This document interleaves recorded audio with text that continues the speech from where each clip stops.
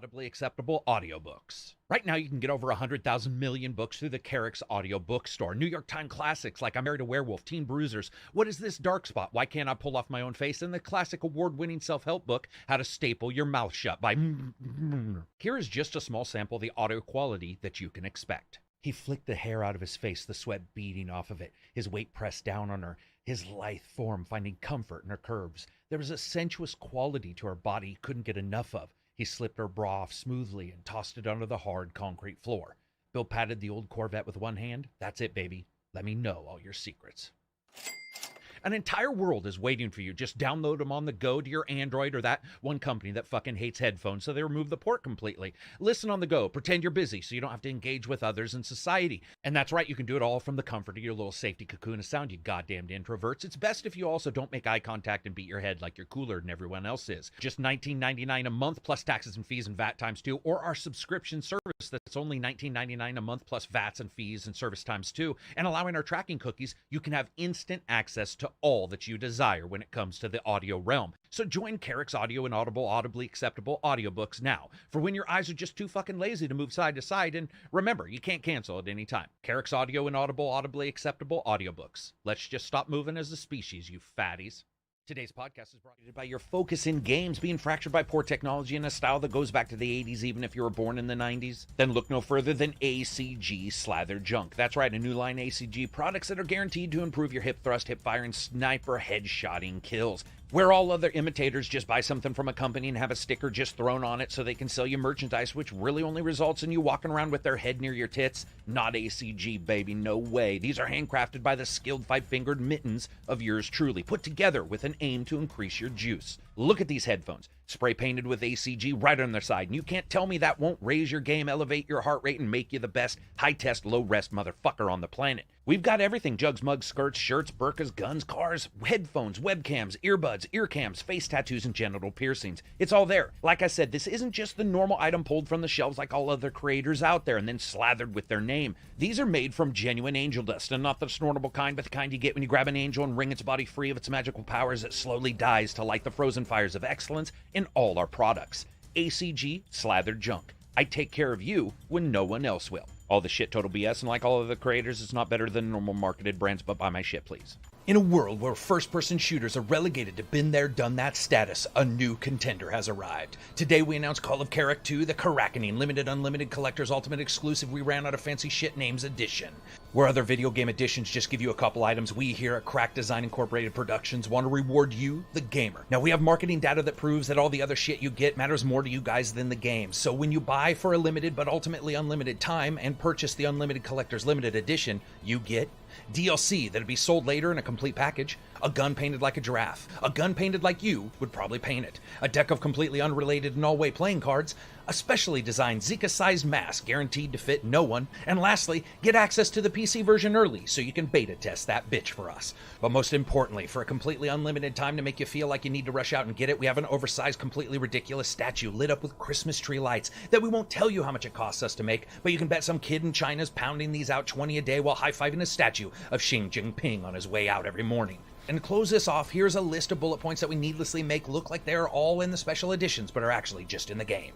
The game.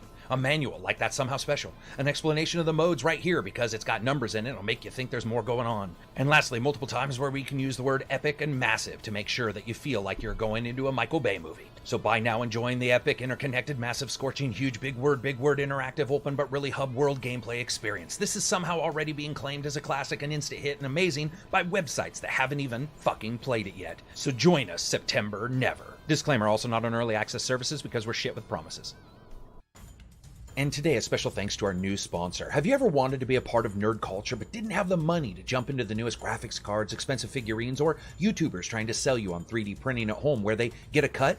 Well, look no further. A company's found the perfect middle ground for people with just enough money to spend, but not enough to do anything useful with. Karak Crate, where you get a new crate of random Karak items every single month. Each month, a different box arrives at your door. Spatulas, used socks, my slightly bent and beat up cheese grater, or a cat.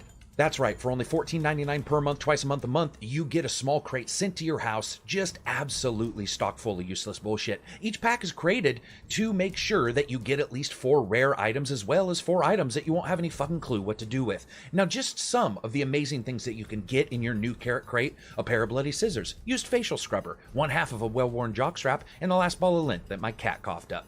Ladies and gentlemen, you won't find a better deal for something to make you feel like you're wasting your cash on crap anywhere else. And these items are nice enough to display proudly around your home as a member of the Karak crate. Each comes with a stand made of genuine bullshit. The same bullshit anyone is trying to prattle to you like you're a rot-lipped gate mouth whenever they want you to pay for a mystery crate filled with useless shit just like this. So again, try Karak Crate. For just $21.99 per month, 4 times a month, each month, twice a month, you can get an amazing crate filled with stuff that you will have no fucking idea what to do with. Sup, everybody? This is Karak with ACG, and I'm here with Reg and Johnny, the No Rest High Test podcast. ACG podcast. We're actually here. We actually don't have a huge technical issue, at least for right now. Not definitely, yet. Yep, yeah, exactly. I definitely appreciate everybody showing up. Unfortunately, as you guys have probably noticed, there's not as many people in the chat. That is because when I looked, only 3% of people were notified, which is also what's occurred with the reviews in the last couple days. So I apologize for that. You're not going to have as many sweet, amazing-looking, pretty people here, which is abnormal because we are pretty much the prettiest podcast. Let me fix my camera so you can't see my background. So somebody can ask me if this is my background again. That's my house. It's my hacienda right there. This is all my... Yeah. What are those circles back there? They look like targets for a robot. What are those? Because that would make your audio sound terrible, right? Oh, dude. Yeah. It'd be... Anyway, what's up, everybody? Thank you for showing up. You absolutely rock for doing so. I appreciate it. All of you, I hope you have a good weekend. I hope that we can make you enjoy it a little bit more. If you guys got a chance, you should have seen the podcast alert. You should have seen the review alert, and maybe the review alerts this week. I'm not quite sure, but if you haven't, feel free to go back and check. There are a bunch of various different reviews that I've done. Speaking of that, is anybody getting Crysis Remastered Trilogy in the podcast or in the chat? That's a big negatory from Reg. No. Just a 0 chance for me. Just a 0. No. Laserdisc Just versions 0. of Dragon's Lair? Holy shit, what are we talking about here? Sorry, that if somebody's got a Laserdisc version of Dragon's Lair, throw it to me, man. One of the best games ever. So, yeah, so Trilogy, man, dude, it like they patched it with 1.3. They patched the Trilogy, of the original Crysis Remastered, and these 2 new ones, God, they're fantastic. Look at that review footage, man. They're I mean, they're gorgeous. They're gorgeous. You come down That's true. into like that first area and you've got rain beating down, and you know, they're just fun shooters, man. It's just absolutely awesome. But that first one has a lot of issues. That first one, it's got like really low detail textures in some places, and it's a low detail game anyway. What year was that? 2004? Like 2000, yeah, I think it was like 2000, because I think 2009 is Crysis 3, if I remember right. Anyway, it's been a long time. But you jump into 2 and 3, well worth it. Like for $44 to get them all, yeah, that was like once I started playing them, they worked, and the FPS was much better. I was just like, dude, that is just absolutely awesome to see. So if you guys get a chance, go check it out. It's they're actually not a bad price for getting 3 full games. You guys just not getting it because you're not Crysis fans? Have you already played it, or are you not? I've played all of them, and yeah, there's nothing to replay in those. Yeah, I don't really replay games anyway. Yeah, most of the time. There's very rare exceptions, and Crysis is not one of those. I totally get that. What about you? What about you, Johnny? Is he frozen? Johnny? Oh, dude, that was awesome because Good. I thought Johnny was playing me. I thought Johnny was just like, I already told you no. There we go. Johnny will be back, guys. Johnny will be back. So it starts with the technical issues. There we go. I got Silver down in the lower right-hand corner, though. Or Johnny in the lower right-hand corner. He's highlighted. He's ready to come back in. Jared Knight says, just wanted to say, I really enjoy your reviews and podcasts. Keep it up. Thank you. Also, if you guys get a chance, tell everybody to subscribe. Views-wise, it's been okay, though I did that Meet Your Monster video. I was like so excited for that video, and I had a good time doing that video. I was like, Meet Your Monster. I've got Meet Your Monster, Meet Your Villains, Meet Your Heroes, and I've got all these designs ready. No one watched it. No one watched it. I mean, Christ. Like, that thing was just like, I'm like, fuck it. I'm gonna keep doing them. I enjoy them. Name Band Again says no technical issues. $20 super chat. We never have technical issues. Never. You know what though? We're all across the world, so it's pretty all rare. planned. Yeah, it is. Silver is in Sweden. No, yeah. No. No, not Sweden. Is it the other one? Denmark? It is the other one. Every time. Okay, so he's Every there. time. Johnny's in London, and you're in Austria, and I'm in Oregon. Yep. So, shit's going to happen. So we are the international podcast. What I would like to know from you guys in chat, which I don't think we've asked prior, is where are you from? And you don't have to say, I don't need your address. If you can... the social security number. Yeah. And... What's your mother's maiden name? If you had a dog, let's say it was your first dog, what would that dog's name be? No, it's just, I'd like to know where you guys are from. I think it's one of the really nice things about the internet and what we're doing now and that ability for us to sort of join up with people all over the world. So I just wanted to ask, let's see. Canada. What's Halloween like in Denmark, Matthew asks. Now I want to know. I have no idea. England, Spain, Sweden, Canada, Boston, Alaska, Austin, California, Asia, Netherlands, Iowa, Cincinnati, France, Argentina, Canada, Libya, UK, Germany, Florida, Kuwait, PA, Mexico, V8. Fuck. Named again. Silver is a Swedish supermodel. Croatia, Sweden, Serbia, Switzerland, Texas, Sweden, South Africa. You rock. Plague Souls just gave a fake name and address. 420 Weed Street. Chicago, Philly, Kuwait, Sweden, Clearwater, Detroit, United States, Texas, Florida. I like how Texas and United States are separate. Austin, Texas, Ohio, Bama, England, Buffalo, North Korea. That has to be fake. There's no way you're watching shit in North Korea. South Korea, here we go. Nope. Minnesota, Kansas, Oklahoma, Animaniacs. Well, that's a unique place. Mars, Pacific Northwest. Hey, you're around me. Boring, Indiana, New Hampshire, Bulgaria, Portugal, Minnesota. Has Johnny responded? Nope. Ukraine. He's offline in Discord. Okay, so it's going to be Reg and I. What have you been playing, Reg? Some kind of net or power outage. Probably. I've not been playing a lot on PC. The only thing I played this week on PC at all was with Johnny on Saturday. We did a bit of Far Cry 6. And that's it. And the rest, I've only been messing around on my new tablets and playing games there, doing a bit of xCloud streaming. And I thought you weren't even thinking of getting Far Cry 6. Well, I wasn't, and I didn't buy it, but Johnny talked me into renting it at least for the month. Oh, so gotcha. Doing the Ubisoft exactly. thing. What'd you think of it? It's it's exactly what you would expect. It is Far Cry. It works quite well on my machine, so I didn't have any technical issues. It is still a fun shooter for what it is.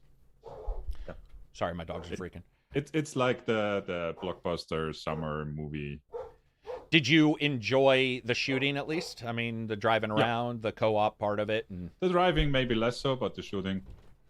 Yeah, Did the driving feel off to you? Or like weirdly unresponsive? I wasn't. I did take the horse more than me too. Drive anywhere. Mm-hmm. I like the horse. I felt it wasn't. It's not Red Dead good or anything, but it worked. Yeah, no, it is. Yeah. It's it's sort of like right. It's almost like they got a motorbike. Horse. Yeah, tank horse. Yeah. But I mean, you know what? It worked, and you had. It sounds like what'd you guys do? Just a couple hours. Yeah, like 2-3 hours. Yeah, so I mean, you had some fun. You got your $15 out of it, maybe. Yeah, because I still have like 3 weeks. Right, but the subscription. Is it going to be turned back on? Oh, maybe. I don't know. We'll see. Let's see. Driving does feel off in Far Cry 6. Yeah, it does, man. It does. It's something about it. Somebody says, I wish third person would be patched in to drive in Far Cry 6. I would agree there. I think that would be really nice. That would, to me, especially when you look at Far Cry games, their controls for the vehicles have never been that good, which I think is how and why they do the thing where you can push a button and you can drive around and it'll drive for you. And I think that works just fine with me. In fact, most of the time it went where it was supposed to go in Far Cry 6. So yeah, I've had mixed experience with that in Ubisoft games. Yeah. Where the car You just set the loses its target, shit. It's like, yeah, you go in Assassin's Creed, for example. I don't know where it went all the time. Yeah, Completely- Assassin's Creed completely definitely wrong had way. that issue. Playing Human Fall Flat at the moment, just not frustrating enough to quit. Wow. That is a weird way of saying that you're playing a game. It's just not frustrating enough to make me stop playing it.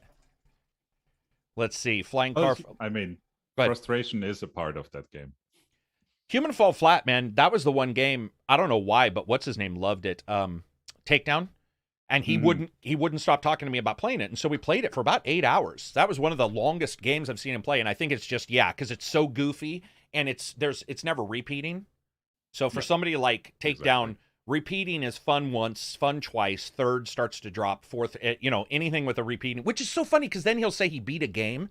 And I'll be like, how did you beat it? Like Assassin's Creed one time, he's like, I go to every single, check mark. And you're just like, dude, you're so weird. Damon says, super chat, $5. Thank you for the super chats, guys. I appreciate it. You guys make up for losing those Amazon Primes on Twitch. What title did you really have your eye on for 2021, 2022? Personally hoping Elden Ring is as good as it looks. Well, we'd need Johnny for that one. Yeah, let's see. A game. Let's see. If he's talking about, when you say it's when you say 2021 and 22, then you start getting into weird things like bloodlines, which we'll talk about today. But if we say in the short time period, maybe the Saints Row remake, reboot, whatever. Yeah, something like that. Something that's just fun and off the cuff, don't you think? Like that'd be those are enjoyable. They're just they're stupid fun. And I've definitely been having a good time. Like I've had a really good time lately with Legion with all its patches, so I can tell I'm in that mood. Sorry guys, I have a sore throat. Oh, Johnny said networking issues, trying to get back. Oh, okay. No worries. Some people are saying Starfield, but guys, Starfield for 2021, 22. 22 maybe at the end of next year, but we'll have to see. I just finished Jedi Fallen Order, Alex said. Yeah, what games have you guys finished? How about this? That'll be another question. What's the last game we've finished? Pathfinder for me. Crysis for me. But that wasn't fair because I'm a reviewer. But yeah, that's it just dawned on me with just you and I, it's like what my answer will have to be.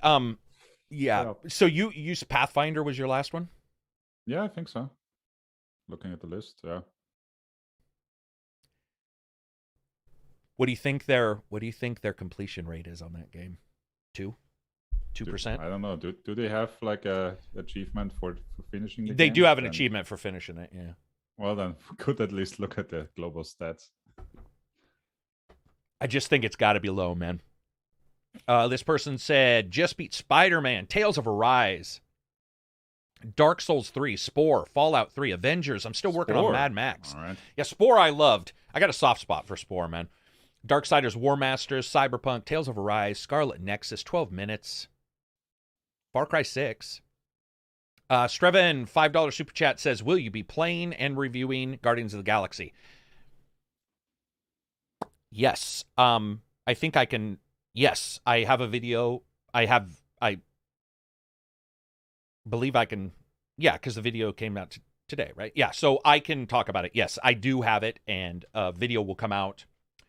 If it doesn't come out today, it'll come out in the next couple days. I'm doing a Meet Your Heroes for Star-Lord, and maybe one or two other videos for that. We'll have to see. For sure, a review video, obviously.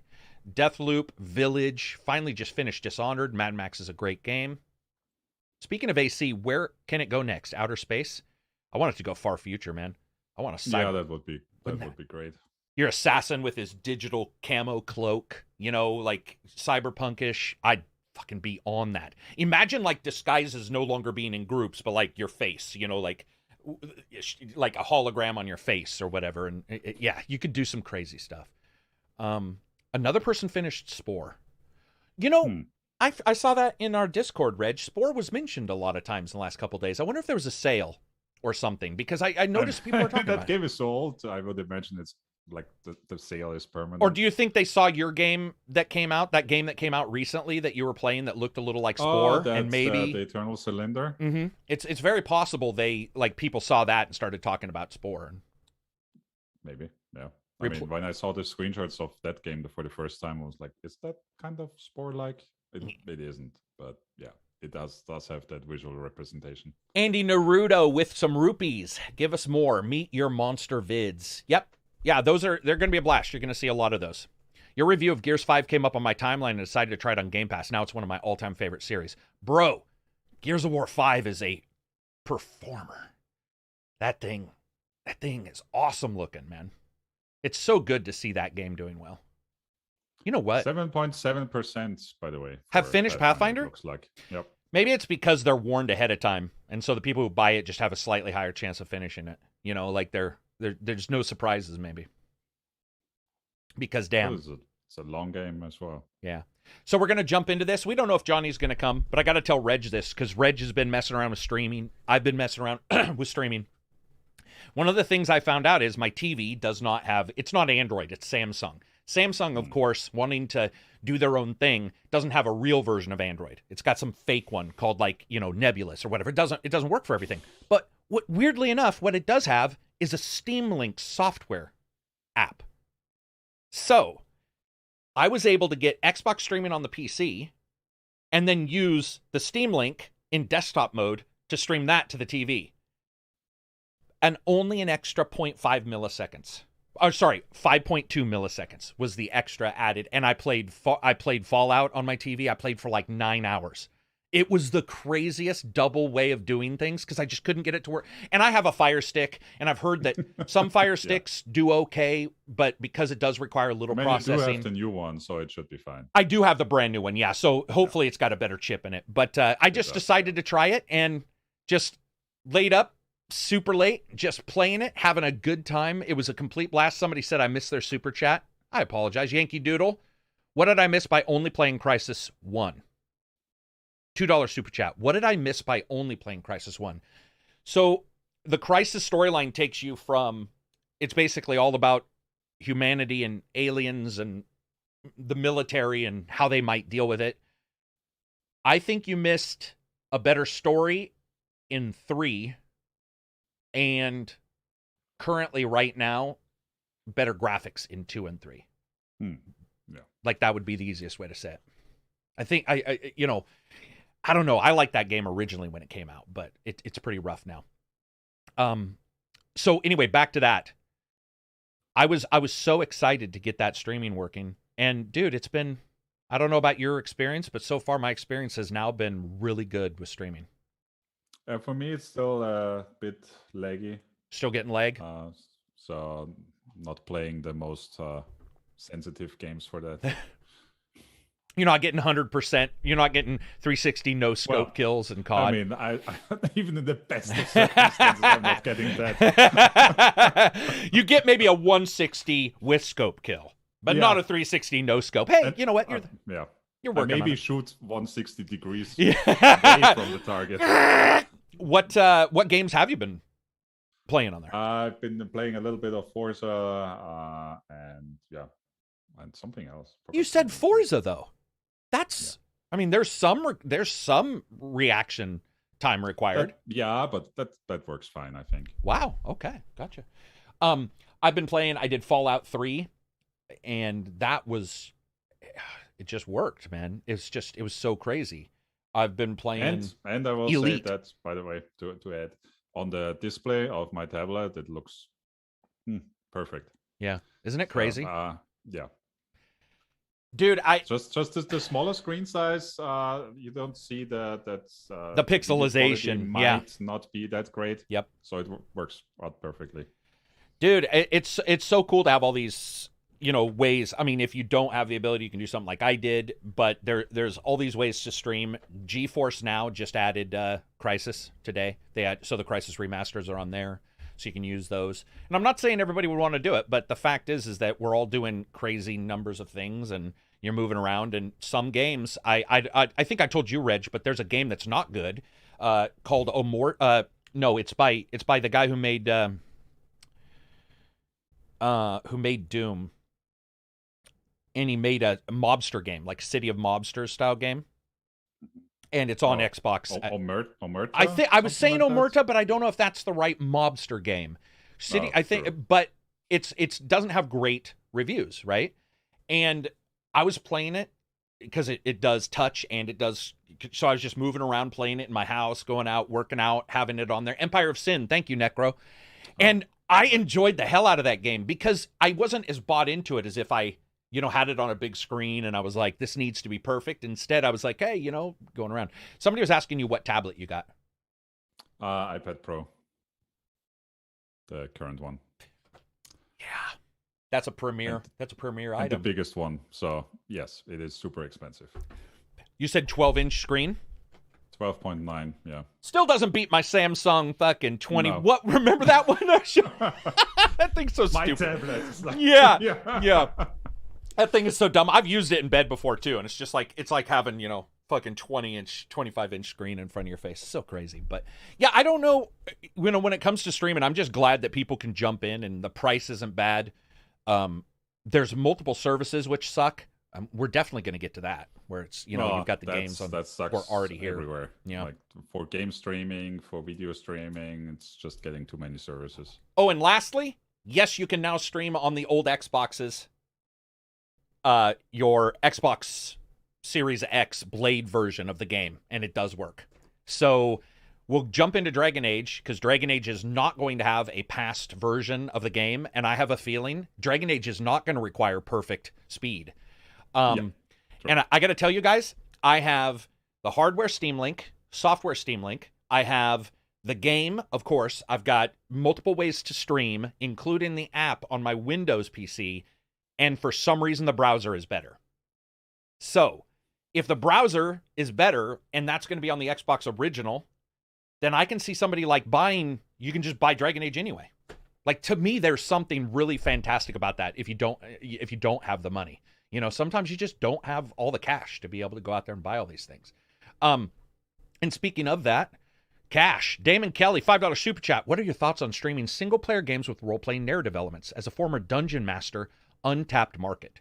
As a current dungeon master, yes, untapped market. And as a person who plays Dungeons and Dragons, Reg you'd do something like that, wouldn't you? What? He says, what are your thoughts on a streaming single-player game with role-playing narrative elements? I'm assuming like... almost like your choice of... like a Netflix interactive thing. Yeah. Oh, okay. I didn't understand the question. Would you do originally. something like that? Probably. I mean, I did the little Netflix sampler as well that they did. Yeah, man, we're getting there. It's awesome. Technology is great. And speaking of that, we'll just jump into Dragon Age 4. So I don't know if you guys saw, I put the link in here, but basically... There's been some leaks that Dragon Age 4, and this has been verified by one or two people outside of the original link, which was VentureBeat, is that Dragon Age 4 is coming out, and it will not have any past generation versions. So they are completely foregoing Xbox Original, S, PlayStation 4, PlayStation Pro. However, my question is going to be, are they skipping like the Xbox X? Because that one, not the Series X, but so and they probably are, because most likely this is related to storage. And the S still has your SSD and still has all your crazy fast stuff. But I was thinking about this, and Reg hasn't seen this. This is too bad, because I thought about this, and I was like, Reg doesn't like superhero stuff. He may have seen this movie. But let me ask everybody in chat this question then, and Reg, if he's watched these. Have you watched Thor Ragnarok? Yes, I have. Okay. And Guardians of the Galaxy 1 and 2? Yes. So, the reason why people might notice that the thumbnail is considered, it's called black ink pen or black crayon, is because I was thinking, when I grew up, D&D and comics overlapped, and when you saw Guardians of the Galaxy with the music playing, with the 1980s music playing, all that stuff, the velvet painting, was D&D and comic books. And I was like, what would happen if Dragon Age came out? And I know people are going to be so mad at me, because I know people don't like Guardians. But if Dragon Age came out and the first trailer was like a party of misfits and there was music playing, like licensed music, like Led Zeppelin or something. And it was framed in sort of a Ragnarok, sort of a Guardians of the Galaxy 1980s retro, the neons. Now, I know nobody's going to like that. Nope and nope. See, the first nope and nope absolutely does not want that. But I was thinking about that last night, going like, that would, for me, as somebody who remembers those days, I would kill if they just went that way, because the last Inquisition was a little too dark for me. It was a little too... Well, the best one was grim. Still by far for me, the first one. The first one, yeah. And even that was really dark, right? Because you could pick, one of the origins was like you were a slave. The setup was the most interesting one, with like, even if they weren't really long, the origin stories, the namesake of that title, were such a good concept. I don't know why they just completely skipped out on it. I'd love to see it. I'd love to see if they just redid it and we had, even if it's just an hour, because I think those first ones were maybe an hour. They were fairly short. Yeah. Yeah, I know. People are going to hate me for that. I'm going to get thumbs down on the video, but I don't care. What's that song where they're like, in the ice and snow, and they're, wah! If it started and it was like 4 or 5 goofy looking characters, and Dragon Age was not that chosen one shit. That kind of style is partly why I think Blood Dragon was so awesome, because it goes in that neon 80s direction. Yeah. I don't know. I just felt Dragon Age Inquisition was enjoyable, but they get too dark sometimes, and where there's something about it that doesn't resonate as fantasy anymore. It resonates as like, it's just not fun. And Hinterlands was even less fun. So if you add all that together, Immigrant Song, thank you. That was the offline MMO part. It was, wasn't it? Yeah. But yeah, I would like that. I would like to see it. What do you want to see in a Dragon Age? Return of the Origins. So let's just go through this. So Return of the Origin stories, would an hour be enough? An hour or two, yeah, I think that would actually be enough. Okay, so an hour or two, I would like to see them not make the mistake of the Hinterlands part, but I did like the hub. I liked your castle as being the main. I think the castle was too big, and there were too many things. Remember, in the castle, you had like your group where you went and you talked. Then you were on the throne after you built the entire place, and then you could pass judgment. It was almost too much, where they were like, "Let's just see." So maybe turn that down a little bit. Yeah, I don't like bases. When they give you where you have to walk for 15 minutes to get anywhere. Right. Yeah. So maybe drop that down a little bit, or like if it is renegades or misfits instead of a big castle, it's like a small base. It's like a small outpost. I would like to see them do something where it's not. I don't feel that Dragon Age Inquisition had an issue with loot. And I hope that they continue. I don't want Borderlands kind of stuff where it's just loot and loot and loot and loot and loot. And I just feel like that's what we're waiting, or that's what we're going to get. Dragon Age with loot showers? Yeah, no. Yeah, loot pinatas where they just poof. When a wolf dies, he drops 6 like laser guns, and you're like, what's he dropping 6? Where did he have them? Yeah, where did he? But he won't drop the liver you need. We were talking about that before, where you're like, you need 10 dragon livers for the liver. Exactly. He's replaced it with the canister that belongs on the flamethrower for some reason. Yeah, dude. I would love to see that. I'd like to see a lot more. I got to tell you, man, in the last couple times I've been playing games, I've been really unhappy with the character generators in a lot of games. Like, what was the one we just talked about? I'm unhappy usually with the party interactions. Oh. I want more, like, personality in the characters. Like, we're talking past Mass Effect, or at Mass Effect level, or past Mass Effect level? You mean even more? No, Mass Effect was fine. Mass Effect was fine? Kind of like that, yeah. Okay. And I felt like many of the recent games have been completely skipping out on that, or doing a very poor job of it. What's up, Johnny? Hey, man. Hello, I'm very sorry. My ISP completely crapped itself. I think it's back now. No worries. What we're doing is, did you hear any of this? No, I had no access to anything. Sorry. So I stated that in Dragon Age, what I want, you may agree because you've seen these and you like them more like I do. But what I was saying was I want it to go light and like Ragnarok or Guardians of the Galaxy, because Dungeons and Dragons was like it was very much like comics, and we've seen Ragnarok and Guardians of the Galaxy go with the neon and the music and like all that. And I wanted to see Dragon's Age come out and do that, where like you're 4 misfits instead of the chosen one every time. And imagine like the Immigrant song playing when 4 rogues come out, and it like goes that direction. And of course I got some hate, and people were like, I fucking hate those movies. I get it. But I grew up, Johnny, D&D and comic books were inseparable. And they were that black velvet painting I put as our today's thumbnail.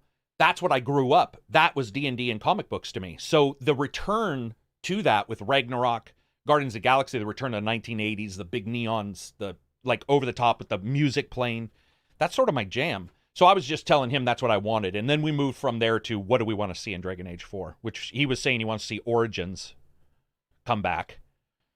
I always want to see Origins come back. Yeah. Is there anything with Dragon Age 4? You can talk about the design. I just felt Dragon Age Inquisition was too dark, and I would like to be fun again. I would love it to be fun, and that was my opinion. What do you want to see with Dragon Age 4? Yeah, I think for me, I like the lighthearted ones more than I do the super extra dramatic and serious tone of some of the others. So for me, I would like to be more on the fun side as well, instead of a super epic and serious kind of thing. But yeah, do we know anything at all about what they're actually doing? No. We know that they will not be using the original systems at all. They are only doing next gen. So I said I wanted to see the character creator get better, because I've been really let down in the last couple games with character creators. Dude. Phoenix was bad, but there was another game I just played a week or so ago. I can't remember. I reviewed it, and I was like, this character creator is pretty terrible. I want to see... Three heads and 5 beards. Exactly. And that's it. So here's the thing, and I am absolutely sure we're starting to get into PC territory here, so bear with me on this discussion. People in chat can argue if they want. This is just my opinion. I'm not saying it's real. I feel that they're starting to make it so that you can't make an ugly character. And ugly characters, I don't know if you guys have seen Spud Freakoid, the guy that I made. He's my favorite character I've ever made in a video game. And when I did the Let's Play for Dragon Age Inquisition, people were like, what is wrong with him? And I'm like, I don't know, but he's a hero. Heroes, they're not always Thor, right? They're the goofball. And the idea that I can make a guy who looks pretty messed up has gone away. It really is hard, man. If you go to Mass Effect even has shortened their choice, for like your makeup. And it's like, dude, to me, the idea of a character generator is not numbers. I don't want to see numbers. I don't want to see 5 hairdos. Instead, let me say growth of hair, like 1, 2, 3, 4, 5, like how long it is. So if I pick a pompadour hairstyle, I can do 1, 2, 3, 4, 5 for like length. If I pick, you know what I mean? And you can really mix it up. But the best ones are that's for what a hero sure is. those that are like a super simplified 3D modeler where you can just tug around like in the Spore, face, etc. like Spore. Yeah. Just grab my because, dude, man, some of us we ain't pretty. It happens. It happens. I want to be able to make that guy, man. And I also want to be able to make, dude, look at Dragon's Dogma. There are people who their only thing they do right now is make characters in Dragon's Dogma. And then they give you the numbers. So you can go and look up like Christopher Lloyd. He's in there. And you can find his numbers. You can go to your version of Dragon's Dogma and make the closest approximation. And they've even got ones where it's him and Michael J. Fox. So it's like Back to the Future in Dragon's Dogma, where the pawn and the human, the main guy, both look like these. They've got Bill Clinton and Hillary Clinton, and you can pick and you can play them in Dragon. That kind of stuff that's magic to me, man. Like, that's magic to me. I want to be able to do those kind of things, but I don't know. What else? Is there anything else you'd like to see gone or back in Dragon Age, Johnny? Any or something you've seen from a game that you would like to? Because did you do Inquisition? I did a bit of it. Okay. But I only did like a few hours. It didn't really grab me as much. What would grab you? What would grab you? What starts a game for you? I think I wasn't in the mood for that sort of adventure with that tone, Yeah. So I don't know if it's that I want something different, but I need to be in that mindset of like, okay, we're going in for this kind of for this kind of thing. Yeah, I'm done with the Chosen One shit. I'm done with the... And, yeah. yeah. We see that in MMOs. Stuff. Yeah, in MMOs, I was gonna say exactly. How can you all be the chosen one around you, and right? you are the chosen one? How can we all be the chosen one? Instead, it's like, dude, that's why I love the alternate start mod for Skyrim. One of the best mods ever made for Skyrim is the alternate start mod.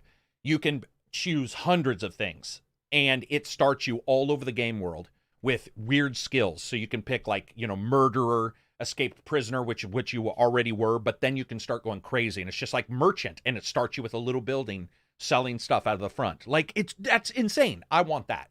I want to be able to really switch it up. I think Dragon Age, those guys have the money, man. They've got the money to do it, and hopefully they were burned by Anthem. That's my hope. My hope is that they looked and they're like, we can't repeat Anthem's failure. Yeah. Whether that'll happen or not, I don't know.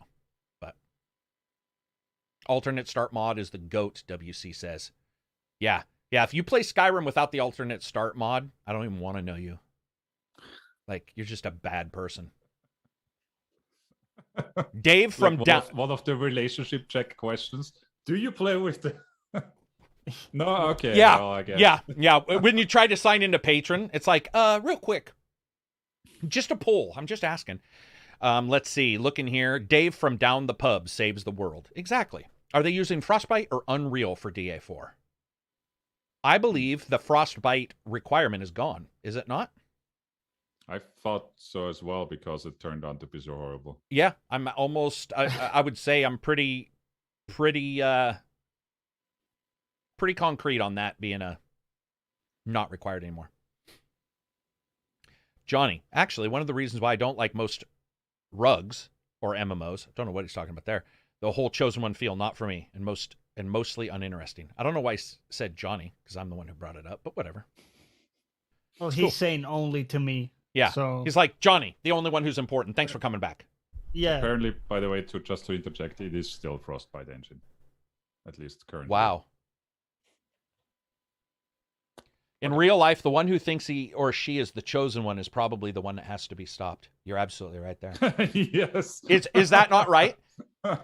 Yeah. It's just like people who say they talk to God, and you're like, so you talk to invisible non-entities? Yeah. That's usually the religious zealot that either tries to delusional or you're nuts. Gretzky, $10 super chat. Thank you very much. Jeremy, would you pay to play a remastered Thief the Dark Project? Why hasn't this been on the proverbial table?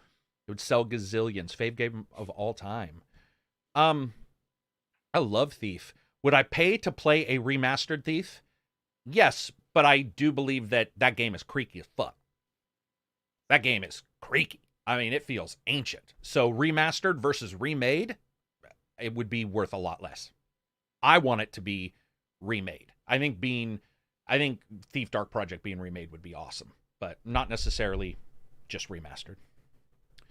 Let's see. Am I the only one who uses 1 minute in character creation? No. Red Jacko does that to my outrage. Yeah. No, you're definitely not. When I go into a character creator and there's a button for randomize, I always use the button for randomize. I click, and when I say, oh, that looks decent, I go play. Man. All I want from Dragon Age 4 is for BioWare to pick either third action RPG or real-time strategy, not both. Yeah, it's funny. We talked about that actually right at the starting, where we were talking about it felt too big, Dragon Age. And Johnny didn't get to this part, it sounds like, but for Reg and I, the base, and Dragon Age felt like it needed so much. Like it was like I want to do a little bit of everything, and that means a little bit of everything is fun, and that's terrible. That is a bad game. If a little bit of everything is fun in a game, that usually to me means it's just a bad game, because I'll find stuff it doesn't join together, it doesn't feel like a cohesive thing, and it falls apart over time. Personally, I'm over pure stealth games. Ain't nobody got time for that. I mean, dude, I got to tell you, man, like when you play Crysis and you realize how stealth works in that, I don't know. Well, so maybe I agree with you. with stealth games, the idea that guys can see you from almost anywhere in the map is sort of infuriating, but I'm always the one bitching that they don't ever see you. So when they do see you too much, like they do in Crysis, I'm like, oh, yeah, I like it, but I hate it. It's terrible, but it's realistic. They're military dudes searching for you. Armor. Yeah. Oh, dude. Yeah. That's their would job. See you. They would see like you. You They dare would see to kneel on that hill Yeah. instead of crawling along. Gone. You're gone. You're gone. And from 300 meters away. Like it's not a small distance. And yeah, a little bit of that definitely pops up here for sure. But what do you guys want for a Dragon Age? Anybody in chat? Is there anything that you guys would love to see in a Dragon Age? And this is if it's being made. So if you say, I don't want it to be made, which I'm sure somebody's going to say, that's fine, but that's not what we're talking about. If it's going to be made, what would you like to see? I would like Origins, character creator, and a bigger focus on, well, character. Which is another thing Reg said, relationships. Yes. Yep. Yeah. Well, yeah. At least backstories, something interesting about the people you spend so much of the game time with. Dude, it's so weird in those games, too, when you fuck after, like, 3 meetings. And you're just like, dude, I mean, I get it. You know, Shepard may be hot. But at some point, it's just so dumb. It's just, there's so many. I get it. It happens. But let's just move on from there. But we'll have to see. The story is, again, for Dragon Age, for people who are just coming in, it is not last gen at all, and it is in the midst of being worked on. So we do know that much. Better written characters, actual good dragon fights, better combat. Interesting. I didn't dislike the combat in Dragon Age myself. Okay. I mean, it wasn't amazing, but that's not the first... I'll have to go back. More complicated tactic settings like in Dragon Age Origins. More linear journey, no open world. Oh, interesting. Okay. Less teammates, but more well-done teammates. Yeah, that works as well. Like more fleshed out. Yeah. What's up, Mike Fury? Mike Fury, let me call him Mick Fury for like a year, but whatever. I loved Dragon Age Inquisition the most of the series, but the story aspect of Origins is second to none. Okay. Yeah, you couldn't have liked... Come on, man. You couldn't have liked the Hinterlands, right? Nobody liked the Hinterlands. All the other places were fine. Focus on a multi-step party control. CDPR-style romance. Yeah. Zentian says $5. You know what I would like? ACG's Gnome Necromancer Monk that auto-teleports to the Spellcaster Attacker build for Pathfinder. Yeah. Dude, is that not the craziest skill set that you can get for those? Like, that, I remember reading that in the skill set going, wait, what? It was like, you know, like Arcane Revenge or whatever. Such a great, there's a lot of stuff in Pathfinder that I really like. But it can also... By the end of the game, so many skills in that bar. Oh, dude. Like you have the bar on this, and you can fold out the bar on the side, and then you have a button on it. You can't tell me it doesn't make MMOs look slow. Like, when you get that thing fully decked out, and I remember that second battle in the big place when you're like, how in the fuck is this only the second battle? The big, Dresden, or not Dresden, there's a name for it, I can't remember, but I think it starts with a Dresden. D. Yeah, and everybody got there and was just like, oh my God, this battle took like 6 hours. Yep. Oh, man. A week of your life. Yeah, real life. Isn't that what's crazy? Real life. Let's talk about real life and not having enough money for it. Let's talk about Nintendo. WC just gave a super chat. All RPGs should have an alternate start option. I agree. It would be amazing. Yeah. So Nintendo, what did they do? They basically... They announced the price for their for new subscription model for Nintendo Switch Online. They had showed off that they would be doing one this month at the last Nintendo Direct, I believe, where they said they will add Nintendo 64 games and Genesis games for an yet to be announced price. And they announced the price now. It's $50 a year for the new subscription tier. The previous one, by comparison, is $20. So that's just the Nintendo Online with the NES and SNES ROMs, etc. And to get the two new ones on top of it, it's now $50 a year.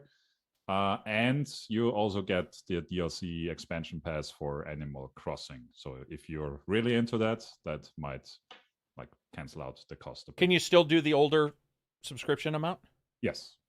they're running in parallel. Okay.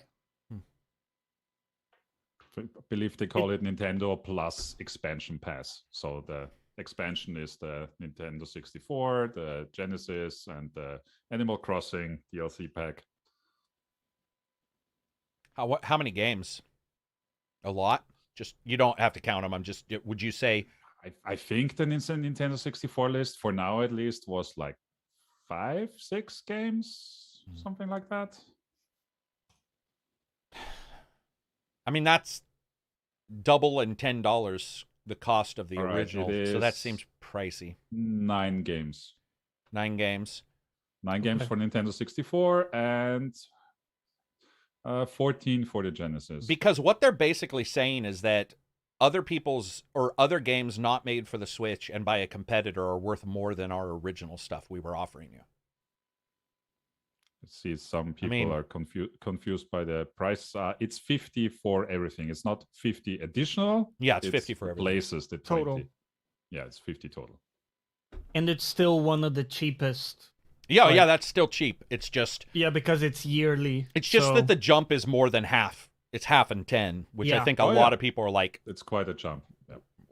Or and if you're 100, if you're like me, for example, already moved way past Animal Crossing and don't really care about the DLC pass at all, you're like, okay, the offering is $30 for a bunch of very old games that you then rent for the year. You don't own them. What's up, Sleeve? He says typical Nintendo being Nintendo. Yeah, for the most part. I mean, it's you know, I don't have a problem with them charging, but it is weird that it is more than their original. I would agree with you. I would say that this time it's an option, right? It's there if you love it. You're like, dude, I'm super excited about it. You can jump in. But they're not changing the base thing. No, but I mean, I think people wanted that. Was they just the option is more expensive than the option that they expected. Does that make sense? Yeah, I agree with you. The one option that I would say is probably sensible is if you are someone that's still playing Animal Crossing, maybe in a family group or with friends, then you're getting more. Then it's definitely worth it, because I think the family pass for 8 people is $80 a year instead of the 50, and you can split that with the group. So that's a whole different story then. Dude, we're in such a weird world, man. You were just sitting here talking, and I was like, I was thinking, oh, I streamed games from one system to another through another because I had to hack that. And then Switch is like, here's our stuff, but here's some other stuff from other people that aren't even us.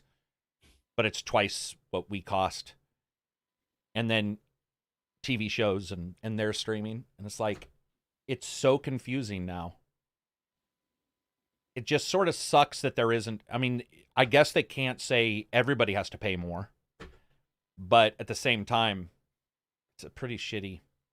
It's a pretty shitty way of segregating that group out. I mean, it's not shitty, I guess. It's just too expensive.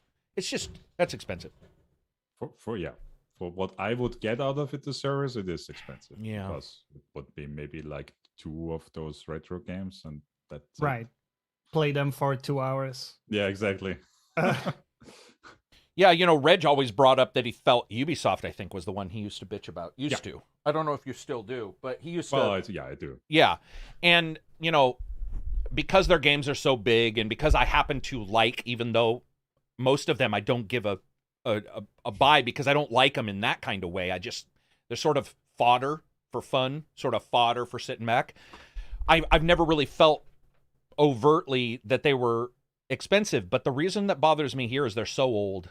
You know, the games are so old.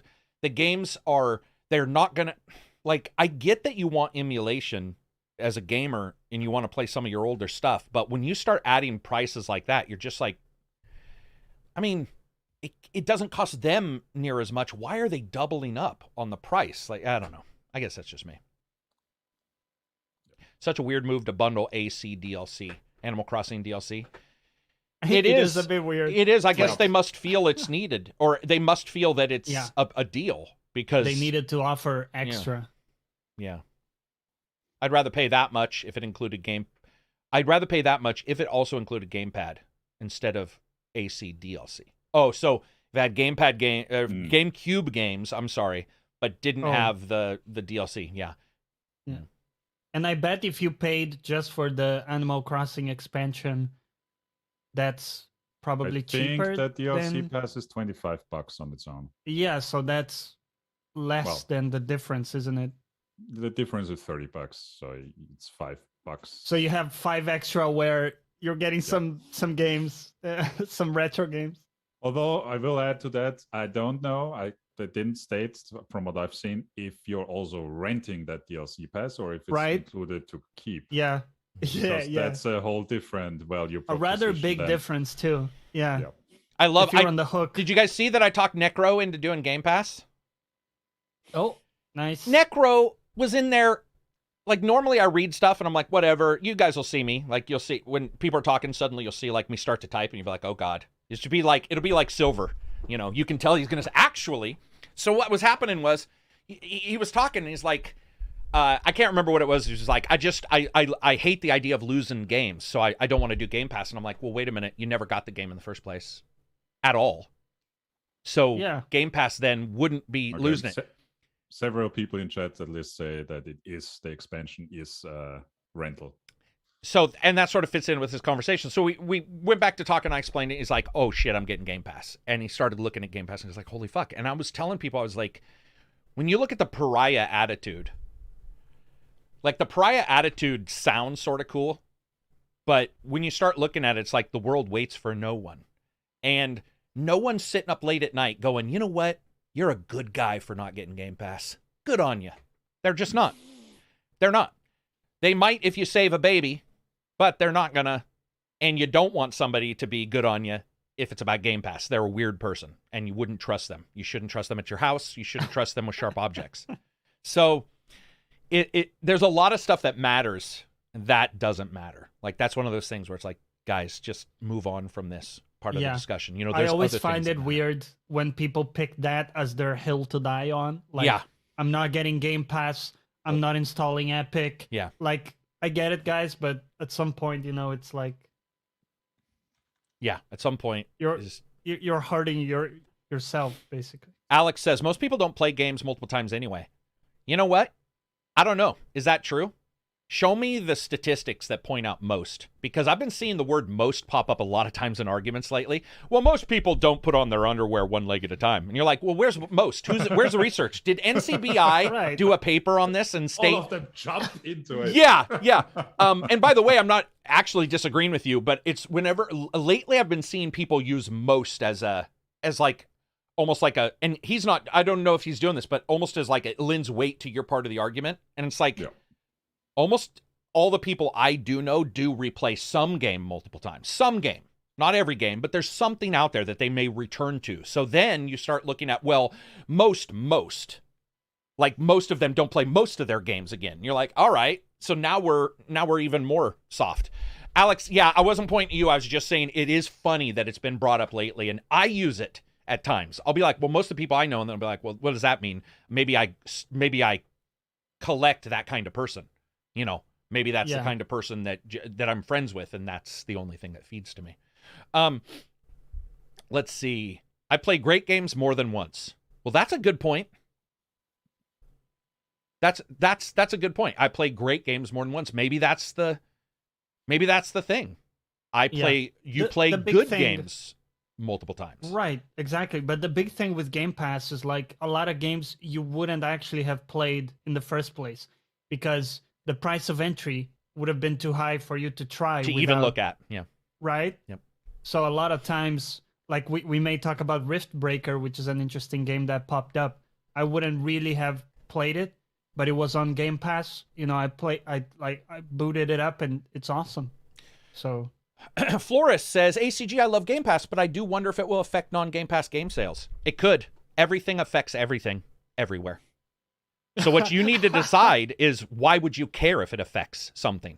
And are those effects something you can research?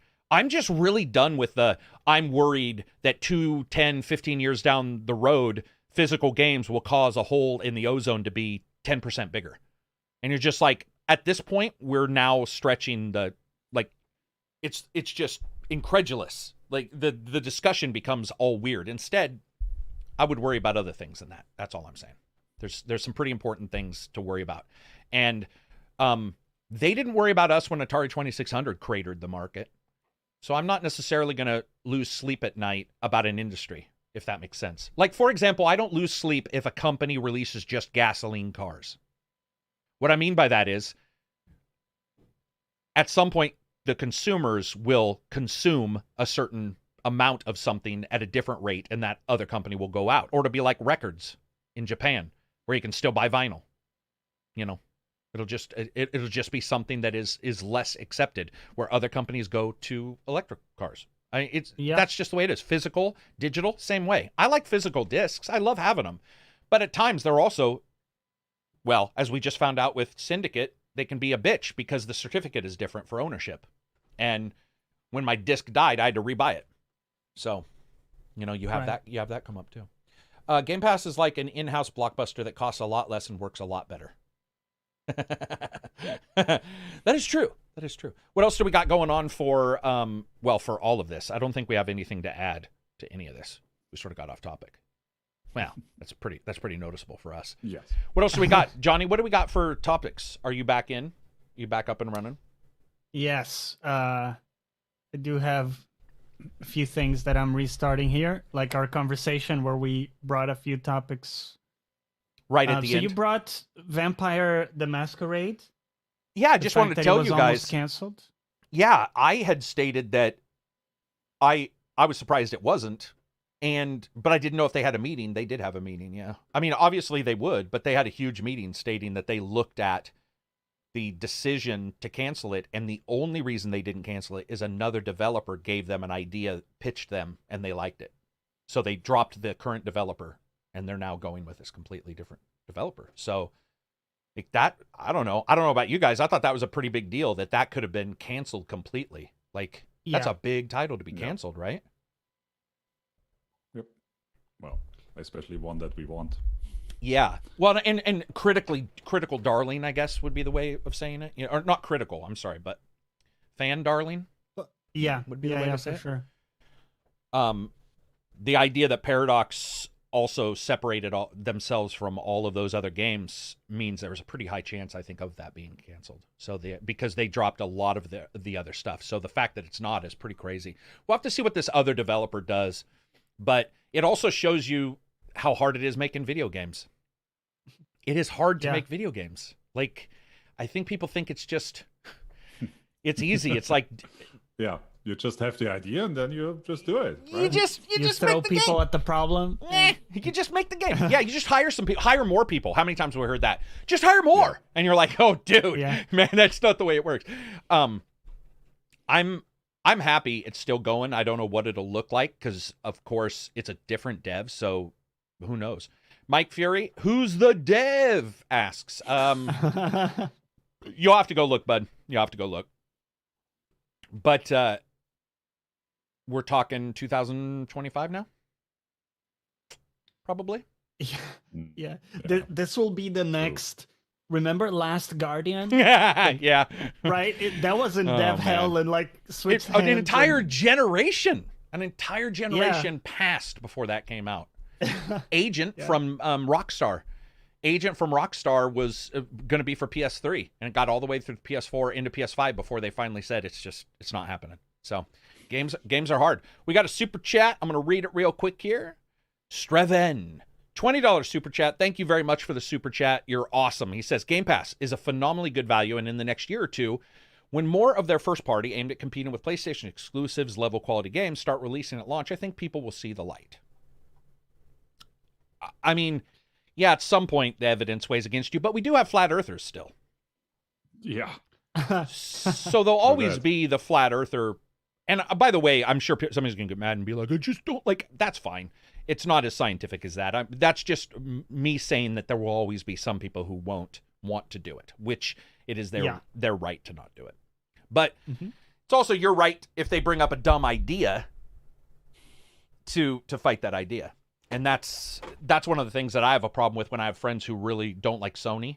And they're like, blah, blah, blah. And I'm like, well, have you played Spider-Man? No. Have you played? And we'll go through a bunch of their big games for the last 2 or 3 gens. And I'll be like, well, dude, you know, they make some pretty goddamn good games. Yeah, So yeah. Named Band says, most statistics are made up on the spot. $20 super chat. You are right, Named Band, but the joke is actually 10% of statistics are made up on the spot. You fucked that up. I'm pretty sure that was the joke he was going for, and he missed it, and it's his super chat. So I'm fixing it. I'm going to read it again. Named Band again, super chat, $20 says 10% of statistics are made up on the spot. There you go. Let's see. Mass Effect versus Kena versus Alan Wake. Ooh. So Mass Effect Trilogy versus Kena. Are we thinking that you put them in a ring? No, he's saying for us. He's saying for us, not fighting. So no. I'm imagining Kena, Shepard, and Alan in... Alan would get his ass kicked. But real quick, of those 3 games, which did you like the most? Trilogy, Kena, Alan Wake. And you may not have played some of these, so whichever ones you played. Which one? Are we considering the whole Mass Effect? Mass Effect Trilogy. Yeah. Yeah. Mass Effect. Yeah, that's unbeatable for me. Yeah, that's in the podium of like Kena. RPGs.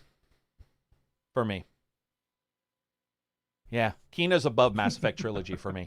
Mass Effect as a whole series I love and like it more than Kena. Right. But if we're talking about these games, I loved Trilogy. But Kena came out of nowhere, and I just liked it. It was different. I enjoyed it. Graphically, it was awesome. I thought Trilogy was great too. Trilogy was awesome. I mean, they did a great job. But I was more magically like taken away by Kena. It was my. I guess I was thinking about like my first time playing those games. Well, you always remember your first time. Like right, yeah. It was special. Mine was not. It was a special 4 seconds. I don't know, man. Like that's hard to compare those because Alan Wake did really well. I don't know if you guys saw, but I was telling Reg this. I was telling you guys this before Johnny left. But yeah, I mean, Alan Wake was in the top sales in the UK, the remaster, which is very cool. Yeah, they did really well. It's a good question, but those are hard games to. Those are really. Oh wait. By the way, did you? Oh, go on. Sorry. I just want to read this. Todd the motherfucking Game Gat says, Immortals Phoenix Rising didn't get the love it deserves. You're absolutely right. And I know these guys didn't like it as much as me, but I adored that game. Go ahead, Johnny.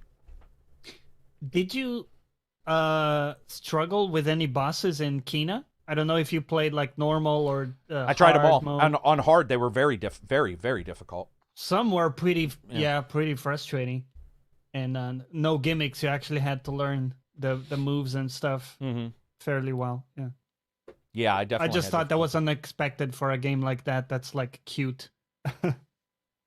FYI, the devs on Twitter mention it's pronounced Kena. Yeah. Well, the devs told me Kena. Yeah, it is Kena. Dev told me Kena. I mean, dude. So guess what? The devs don't agree. So I don't care. It's the same way with Ubisoft. I now pronounce it Ubisoft. The devs told me 3 times. It's completely. Like Ubisoft, they're all fine. And you'll always have somebody who's like, actually. You're just like, oh, I don't care. I don't know about you, Reg. You weren't a huge fan. Did you do Kena? Were you a fan of Kena? I did play Kena for 3 hours, maybe. You didn't finish Kena? No. Okay. You're fucking fired, man. I guess that speaks for itself. I just weren't in love with it. Not particularly, no. Okay. All right. Well, there you go. Damn, man. That's not what I expected to hear, but whatever. All right. Well, podcast is over. Thanks everybody for showing up. Yeah, I mean, going into depression. Sorry, corner. Did you not see the cinematics with the little? The little cute. What about the little cute? What about the little cute guys, Reg? Yeah. But you like you could cute put stuff. like hats on them. Yeah. Wow. Crazy. Yeah. Amazing. Whatever. What a downer. What a Debbie Downer, man. I don't know how to reach you anymore, Reg. Yeah. I don't know where our friendship went wrong, but it's just it's different now. It's different. Whatever. We'll move on from there. What else do we got? Anything amazing? Yeah, you also brought up an anti-cheat thing with Call of Duty. Well, like a leak right? Yeah, so for Call of Duty. So listen to this. So they got a new type of like anti, cheat mechanism. It already got leaked onto the internet, and they're already trying to like post crack it. The crackers already got a hold of it. The crackers already got a hold of it. That sounds like a Southern saying in America. Yes. The crackers already got a hold of it. Crackers. Can you guys believe that, man? Like in the trailer park. Yeah, like a trailer. Like a trailer. Them crackers already got a hold of it. It's just, I want anti-cheat, by the way. I absolutely do. Because the games are ruined when the cheating gets, they're ruined. So I am fully on the anti-cheat bandwagon of getting things set up and stopping the cheating. Because they can ruin games for people. And you'll always hear somebody say, but why would somebody want to... Listen, people murder people. And this is not even a millionth as bad as that. So your volume... Your percentage of people who will try it and do this kind of stuff is much larger. And I know friends who would cheat and have no issues in a multiplayer game. It just sucks, man. I want that cheat to work. Hopefully maybe they can't crack it, but I mean they've cracked everything now. Yeah, for sure. I think the longest one. It's not even a question if. De Nouveau level 1 took a while. I think once they got through De Nouveau level 1, then level 2 and 3 they got through, but. Yeah, it's just, I really was looking forward to these online games having, because Easy Cheat, by the way, stops me from even playing Bound for Blood on the PC. It still won't run. Never has booted. But I want to stop the cheaters because I want people to get in and feel like they're playing the game and that I would like to have no question, Yeah. If you died, there's 2 ways to do it. The game's screwed up. Bad AI, whatever that happens on certain things, what have you, or person's just better than me.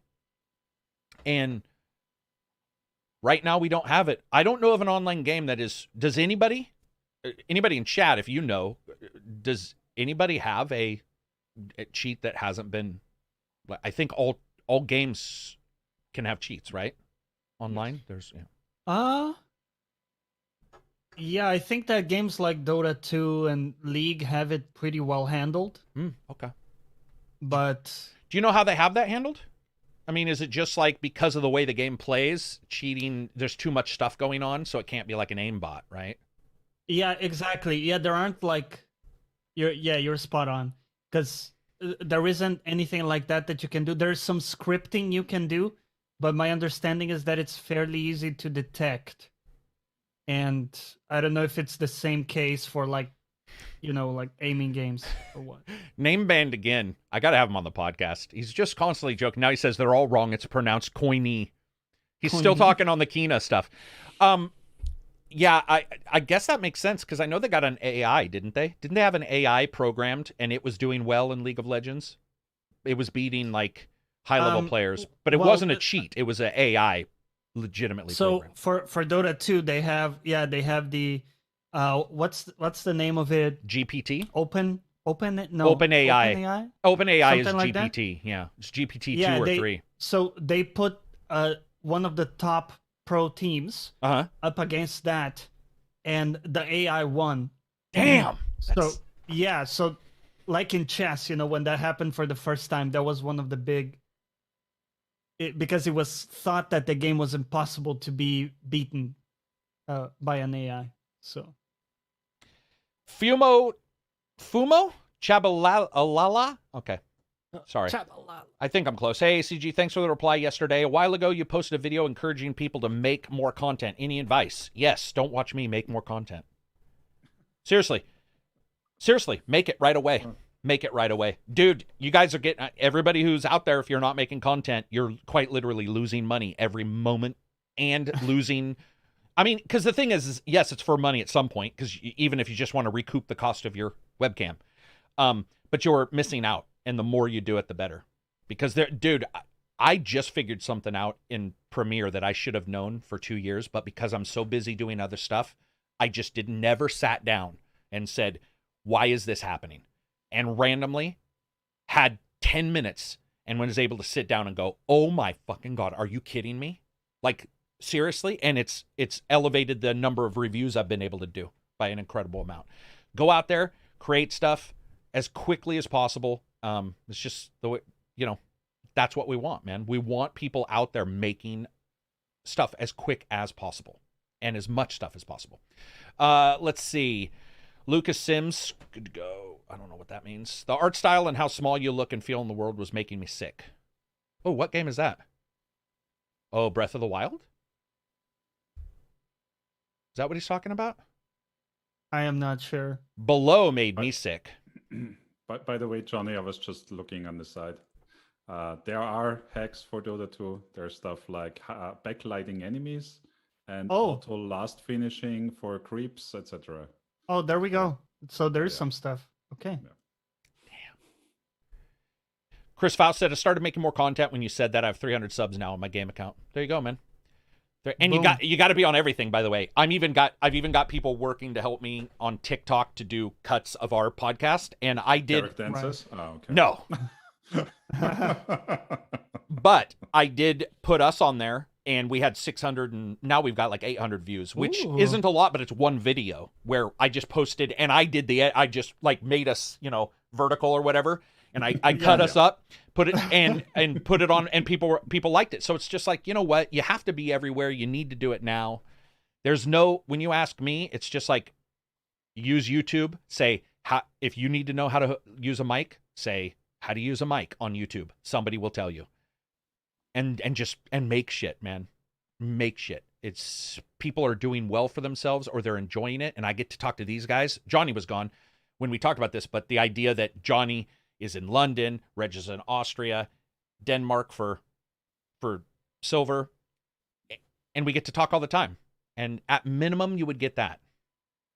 And that, to me, seems well worth the cost of investment. Like, just to be able to talk to people from around the world. Speaking of around the world, when we talk about the price of games, I always get this shit where it's like, that's not really the price of games, blah, blah, blah, blah, blah, blah, blah. So I'll say a game is 60. Somebody else will say, no, it's not. It's 100. Yeah. But isn't everything 100 compared to my 60? So aren't they? So it's not that it's more.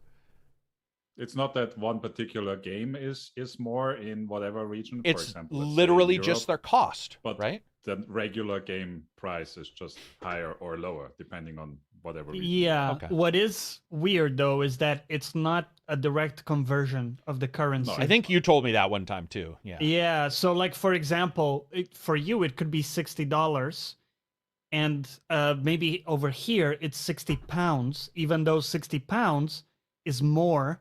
It's maybe something like $70. I don't know where it is at right now. So sometimes a region is, let's say, better off comparatively than others. Also, usually when you say, for example, 60, it's always without tax. While when we say our price, it's always with tax because we always see all prices. Right. And in America, 30 states don't have tax, and I don't. Yeah. But the one right above me does. So yeah, it's one of those things too. Yeah. Interesting. Yeah. But anyway, like I said, go out there, create your stuff, tell people what you think of it, and start creating your stuff right away. I would say that, now things like what we were talking about, start a channel and start talking about the difference in costs of games and sales tax versus, do something different. Look at the lawyer guy, Hogue. He does video game lawyer stuff. He took what he knows, which was lawyering, and he turned it into a video channel. Like, maybe you have that, maybe you do a channel where you're like, I work 80 hours a week.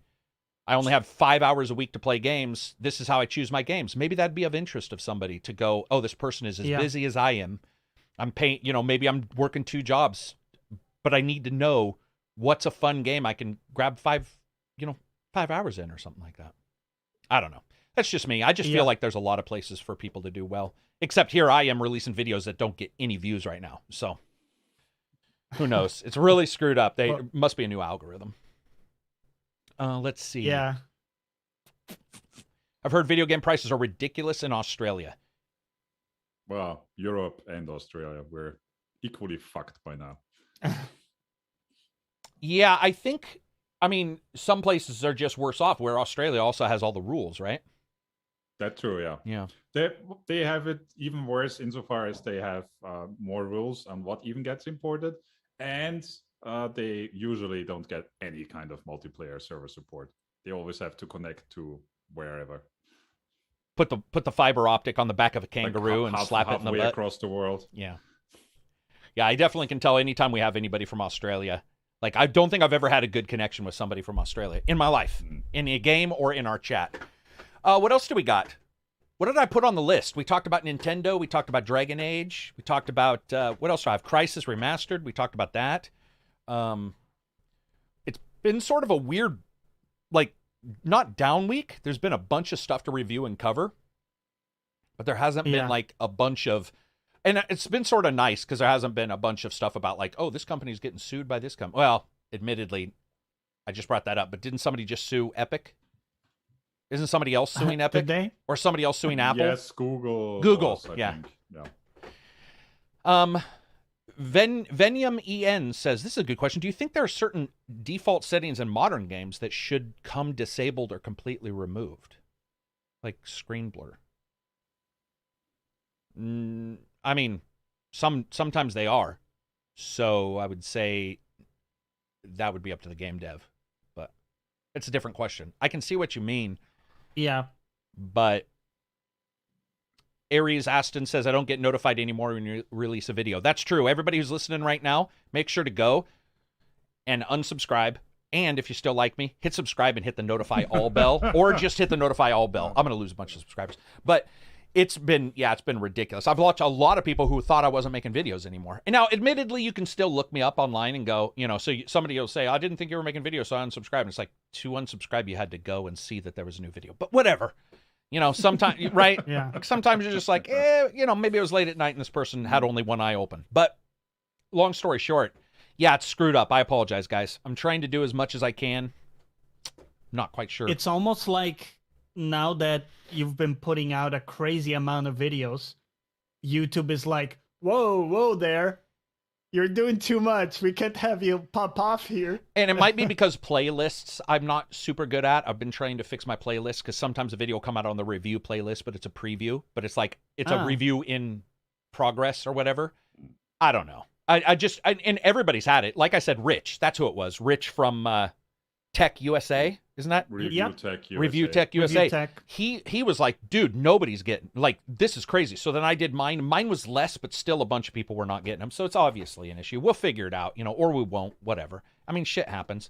A lot of people came to the Patreon, which is nice. We got a lot of newcomers, those kind of things occur. But there's first world problems, right? Like, I can bitch about it, but I'm not out there hauling steel and losing my toes because a piece of metal fell on it. So I sort of feel weird talking about it too long. You have like, I was talking to a friend and he's a logger, and logging is really cut down in Oregon because, well, we've logged most of it. So there's only small sections where you can log. But, you talk to him, and I'm in my house with the AC on, and it's 109 degrees Fahrenheit. So for you guys, that's in the 40s. So it's really fucking hot. And they're in flannels because they have to protect themselves. Do you know what flannel is? I don't know if you guys wear those. Yeah. Yeah, like But they have to wear helmets. So they got flannel and a helmet, right? And they have to wear steel-toed boots that are leather, and they have to wear chaps, leather. You can't go out in Levi's. You have to wear like this specific like safety pants. So they're wearing like 45 pounds worth of pants and protective gear, and they're out there like logging. And so I'll bitch and I'll be like, man, it's hot in my apartment. And they'll be like, yeah, it's hot out. It's hot out here too.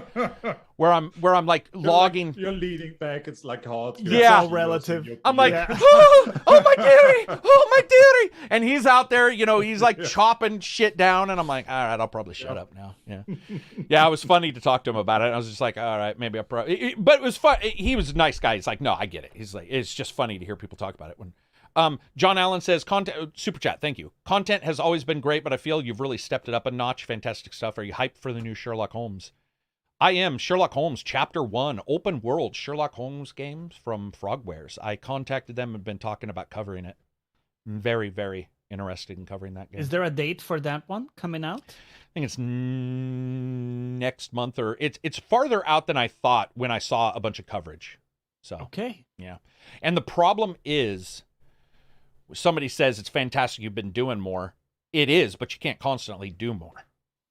And I wasn't slacking when I was doing less. That was, at that time, the max I could do. and things have Right. fallen together perfectly here. But that doesn't mean that they're gonna magically it's gonna stay. You can that just way. keep it. Yeah. Yeah. Yeah, and I'm always a little tentative on that because I'm just like, it hasn't really helped the channel by doing more. It's been fun because I've got to do them, Interesting. but it hasn't Yeah. helped the channel. So it's just like, not that that'll stop me because I just want to create more. There's a lot of stuff out, guys. There's a lot of games. Yeah. Like, it's pretty crazy. I would have loved to have Yeah. reviewed the DLC for Assassin's Creed, for instance. What is that? April, or sorry, not April, Paris. Was it the Paris DLC? It Uh-huh. was Paris and something else. Yeah. Yeah. Yeah, so like, Yeah, there's I think a lot. it's also it's hard to know what's gonna pop, right? So, for example, like if you're doing these wrap-up videos, it's impossible for you to know if that's gonna do super well or poorly. Yeah. So sometimes you also have to try it, right? Try it out a few times and see. You mean like New World? It got Right. like, I absolutely did not expect that to do anything. And New World is like at 200,000 Boom. views. And I'm like, wait, what? Yeah. What is going on? Like, and I get it. It was New World, which was big at the time. But then I'll do another Yeah. one that's big, nothing. But yeah, it's pretty crazy. And It's like this- no rhyme or reason, man. New World's another one. New World's great. Like, people can go play New World right now, which I hear a lot of people like. I think that's awesome. But now you've got a big MMO. So those people might be playing that for 3 or 6 months. Then they come back and they jump into these games. There's just so many games, guys. That's why it's so cool to have things to talk about all the time. There's so many different games and Yeah. and DLCs for those games and stuff. It's a pretty good year, man. I think it's a pretty good year. I'm sure somebody's going to be like, it's not, but I feel like as long as you keep your eyes open and look at all games, you have an open mind to platforms. Dude, speaking of, have you seen Rift Breaker on Game Pass? Mhm. You have. Sorry, Yeah. have you talked already about it? I've played it. No. No. we haven't Oh, talked you've about played it? Yeah, it caught me by surprise. It's a really excellent game, dude. It's polished as well. It's a mix of, what would you say, Factorio with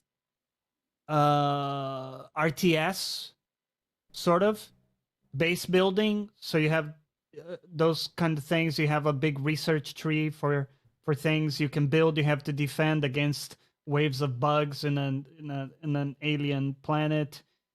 Mine resources from it, and the graphics look great. Gameplay is dope. You gonna It stream kind it? of came out of nowhere.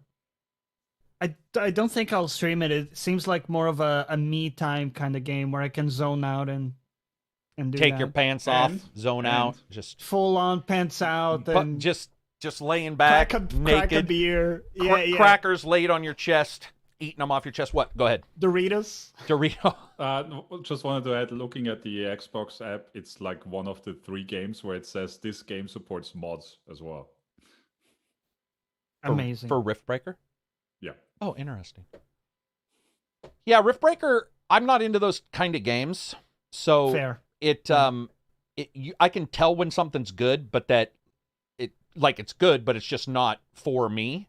Whatever. And you and I'll have to talk about this at some point in the future, especially as we're both doing YouTube, where like if I do have a game or whatever, give it to you, you can do it. Even if you do it on my channel, we can figure out coverage for that, because some of these games you Yeah. play, you won't stream, but maybe you'd want to cover it, whatever. We'll have to figure something like that out. I'll start looking into it, because there's a lot of Yeah. these games that, like Frostpunk, you were the same way, even though I did review that one, but you were the same way. But there's been a lot that I think there's a certain group in there that you guys like that I don't, like Factorio I don't like. So when you I say agree. Factorio, I'm like, Or I'm out. Satisfactory, that sort of thing. Yeah, where Right. it's- when Johnny said Base that, I was building. like, oh. Yeah, no, I knew it. I knew when Johnny mentioned, I knew you would perk up, and to Yeah. me that was quite Yeah. literally Yeah, I know for you it's the opposite of a boner. It's like, Yeah, it's so weird too, because I rarely look at anything and go, rarely. I'll even play sports games, but for whatever reason, some of those games with like thousands of enemies that look alike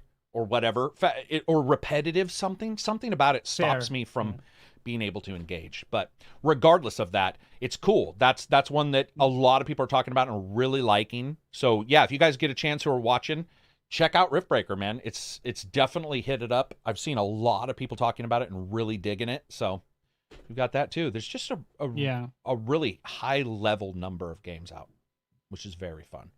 I got to run. Have a good weekend, everyone in the chat and the people doing the podcast. Thank you very much. Universal hit. Universe Cheers. 6 hit. Universe 6. Universe 6 has been destroyed. Too bad. What else do we got? What other amazing news do we have? Well, there is some esports news, if you like. The Dota 2 International is happening, and every day they're doing footage of that. A bunch of cool. people watching on Twitch. There is $40 million in the prize pool this year. Most of it coming from cosmetics that the community buys, hats in game. And it's the production value in it is insane, because I don't play Dota 2, but I like to watch actually the pro games. Dude, the production value they have, so they in the game, right? They switch between the different heroes so you can see their point of view. And there they have like a webcam feed for each player. So when they switch between the heroes, you also see the person playing it in the live feed. They That's have awesome. like AR, augmented reality, 3D models of the heroes in the arena where the players are. It looks like, you know, it's real, but obviously it's AR. Yeah. And they have a bunch of these little things, and it's really great production value if people are interested in checking that out. Tomorrow is, I think, the winner's bracket playing out, so it's bound to be some fucking amazing Dota if you're interested. Here I am wearing, I think I'm wearing a G2 shirt. There you go. G2, Yeah. man. Drinking my Mountain Dew, completely sponsored today's podcast. Yeah, I should have checked that out. I mean, esports, I've been enjoying the hell out of the races, the really technical race car ones. They've done a couple F1 and stuff, and I've been like watching those going like, man, that is insanity. Oh, and somebody here is saying watching the Dota in-game with commentary is awesome. Commentary is pretty crazy when you listen to fighting games as well. You know, like they know the wording and stuff, and you know they've got terms that like are pretty nerdy. But you know, you listen to them and you're like, damn, man, that's pretty insane. Yeah, it's been very fun to watch some of those. But you know what? Not being on Twitch has helped me separate from Twitch. I watch Delrith when he goes live. A couple other people, Azraelin, maybe 3 or 4 other people, but I don't even look at Twitch anymore. Just because it's just one more. You know, I don't ever want to go back because I don't want to split up a group again. But it's just one more group of people, and I had forgotten that it was a thing. So I'll have to check it out. I wasn't even aware that the esports stuff was going on. And it's also hard to know with esports because you'll think a new game is going to come out and rock it, and then you'll find out that an old game is still the #1 game, and the new game is gone. You know, and you'll be like, well, the new game was the one that interested me. I'll be like, yeah, it didn't do well. In other news, a very big Rainbow Six commentator and content creator called Kickstar passed away in a car accident. Oh. Too bad. Thanks for bringing us down. Yeah. I'm just joking. Somebody did want me to talk about Monster Hunter Rise. Let's talk about the demo for Monster Hunter Rise. Dude. Yeah, it's a Switch game, and it look, you know, but it's got the higher res, it's got the monsters looking sweet. I had a really fun time in that demo. Like, I'm really glad they did a demo for that. I think it's awesome that people can jump in if they want. Unfortunately, they don't allow you to skew the weapons and craft or anything, and the ones they give you are pretty shitty. So there's a lot of just ramming on a guy for a long time. Like, there was one guy where it's like, wait, he should have been dead an hour ago. Why am I still? But regardless of that, I am actually really excited. And that demo's early, which makes me even more excited because it's running ace. So to me, that just means, dude, it's like January when that game comes out. So we're talking like 2-3 months early, this demo, and it's running smooth as fuck. So. And this is a new engine, isn't it? Compared to Monster Hunter World for PC? Well, no, it's just the Nintendo Switch's engine for Rise. Is it? Yeah, so it's whatever they're using for Rise. So I don't think it's the new engine for everyone, but it is for Rise. Because Rise is specifically, you can tell, it's not as open world as World, and admittedly, I actually sort of like that. It's a little less convoluted, but I don't believe that that'll be shared for, like, let's say World 2 or whatever they do. I haven't heard that, but I'm totally hyped to play Rise again on PC. I feel like this is more of a tech demo than a gameplay demo. Yeah. Well, I mean, it's got game. I mean, all it is gameplay. So you could call it a tech demo, but there's really no. It doesn't really demo any tech. Yeah. It actually just. Right. Yeah, So I yeah. guess I would say I disagree with that with you in chat.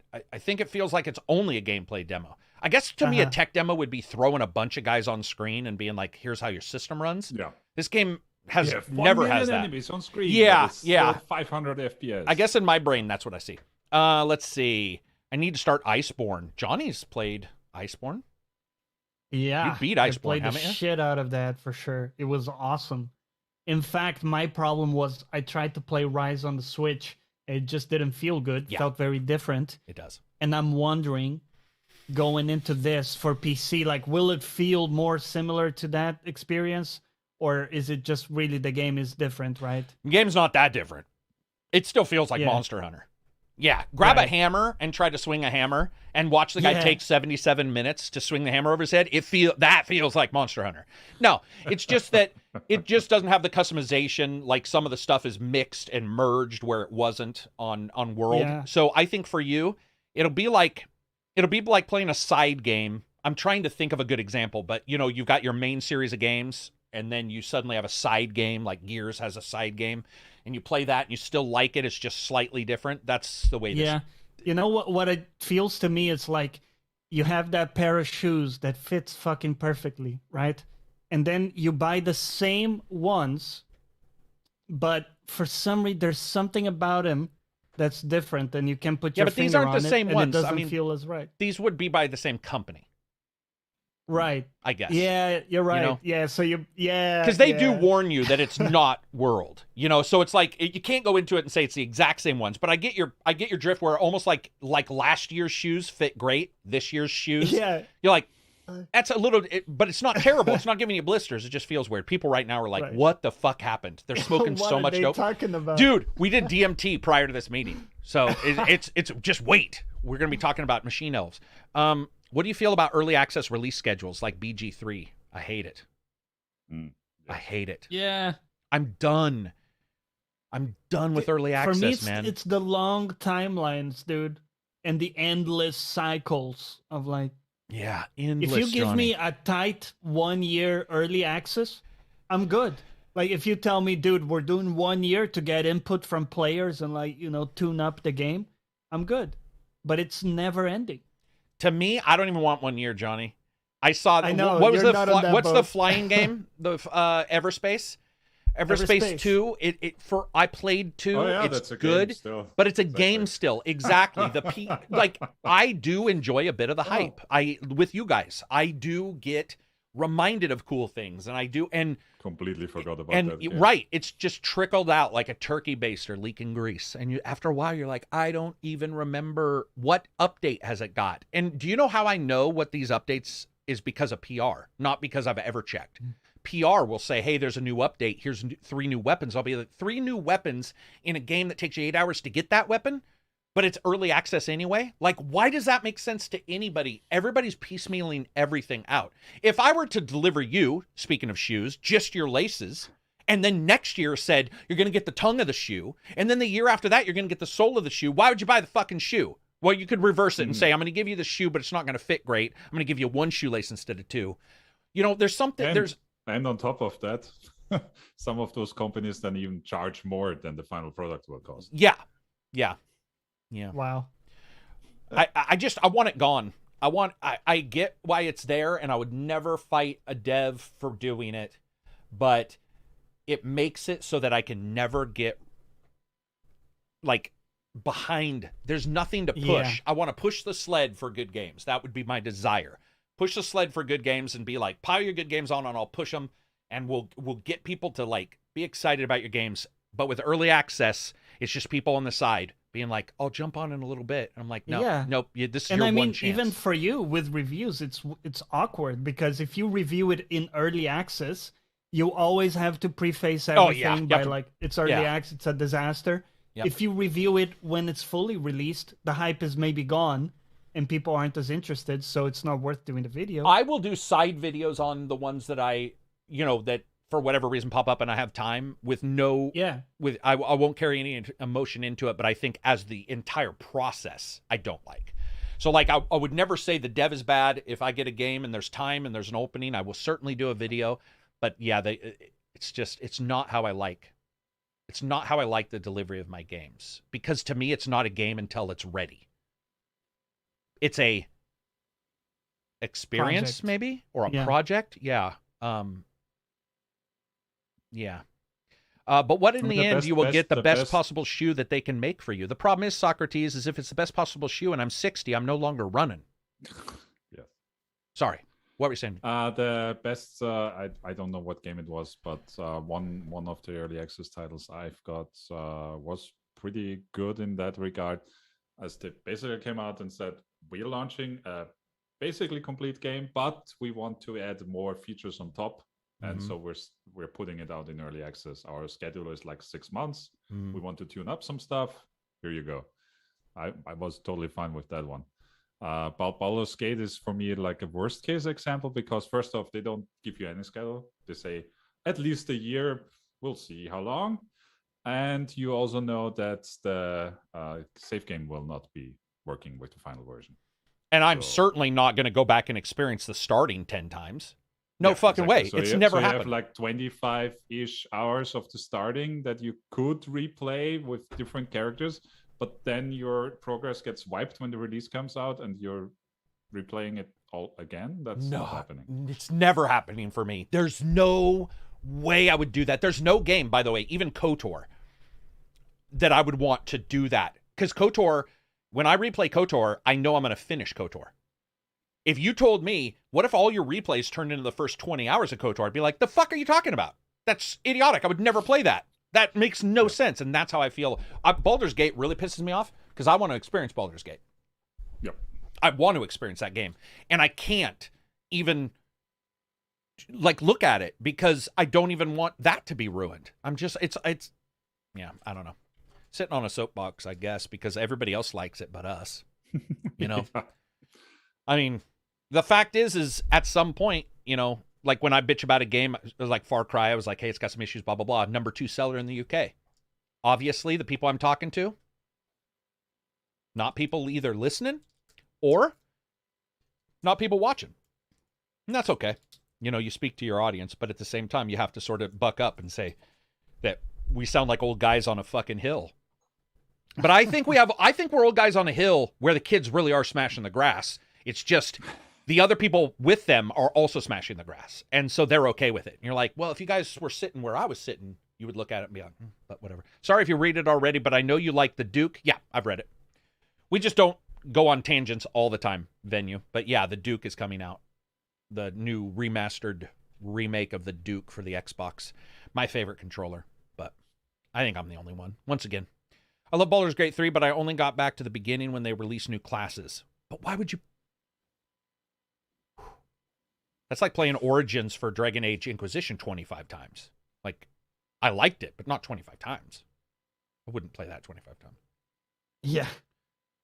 Early access is such bullshit. It just provides an ongoing platform for a company to say, well, it's not finished yet. It can, but I think I hope I authorized that. I think I did. Yeah, I did. And still sell cosmetics. Some companies that do early access don't sell cosmetics, though. Just so you know. I want to do something real quick, everybody. Software suggest real quick. So in the past couple podcasts, I've forgotten to do this, but I want to do it every time. Software suggest is where I talk about something that's been helping me behind the scenes for productivity. And I got to tell you guys, I used to have multiple rename programs to rename multiple files. So for example, Shadowplay, you go in, you record 50 videos and they're all numbered weird. Like Shadowplay is like 12998 AQBR. And you're like, what the fuck file is that? And you have to, one I found is called Power Renamer, and it can be integrated into the shell of Windows versus an application, and it's free. So just so if you guys ever need to rename a bunch of files or music files, or you're working with, like me, I work with D&D PDFs, and maybe I want to name all the PDFs cyberpunk style for the cyberpunk stuff, fantasy stuff for the fantasy stuff, what have you, and you can just highlight them, right-click power name. It'll do excludes. It'll do all kinds of stuff. No, it's not Power Toys, but well, it is Power Toys. Yeah, it's a part of Power Toys. But anyway, you guys should get it. It's very, very cool. And when it comes to productivity, I like those kind of things where it can integrate with the shell, as long as you trust it, as long as it's not integrating a brand new ransomware into the shell. Then, nice. Then you're in trouble. Michael Ashbook, CA, what's that? Canada money. $6.99 super chat. Love the content. Keep up the good work. Canada money. He's bringing the Canada money. It's worth more than us, I think, right now. So congratulations. Thank you very much. Hope your free healthcare is helping you out. Hope you're having an awesome week. It's Ben says it's awesome. Also, bat files can be really powerful. Yeah, they can if you want to do a bat file. Look into Power Toys. Power Toys, I've only found 2 things I liked out of Power Toys, but it was still pretty good. But anyway, Software Suggest, check it out. Very cool stuff. What else do we got? You want to do free games, Reg? Oof. Well, not doesn't right sound like now. he's ready. No. What were you going to say? Well, Unprofessional. Yeah, what were you going to say, Johnny, while he's looking for that? Well, I thought it was a cool bit of news. Final Fantasy 14 is now officially the most profitable game in the series. It only makes sense, dethroned- man. It does. It does. But what surprised me actually is that Final Fantasy 11 was until now, or until recently, the most profitable.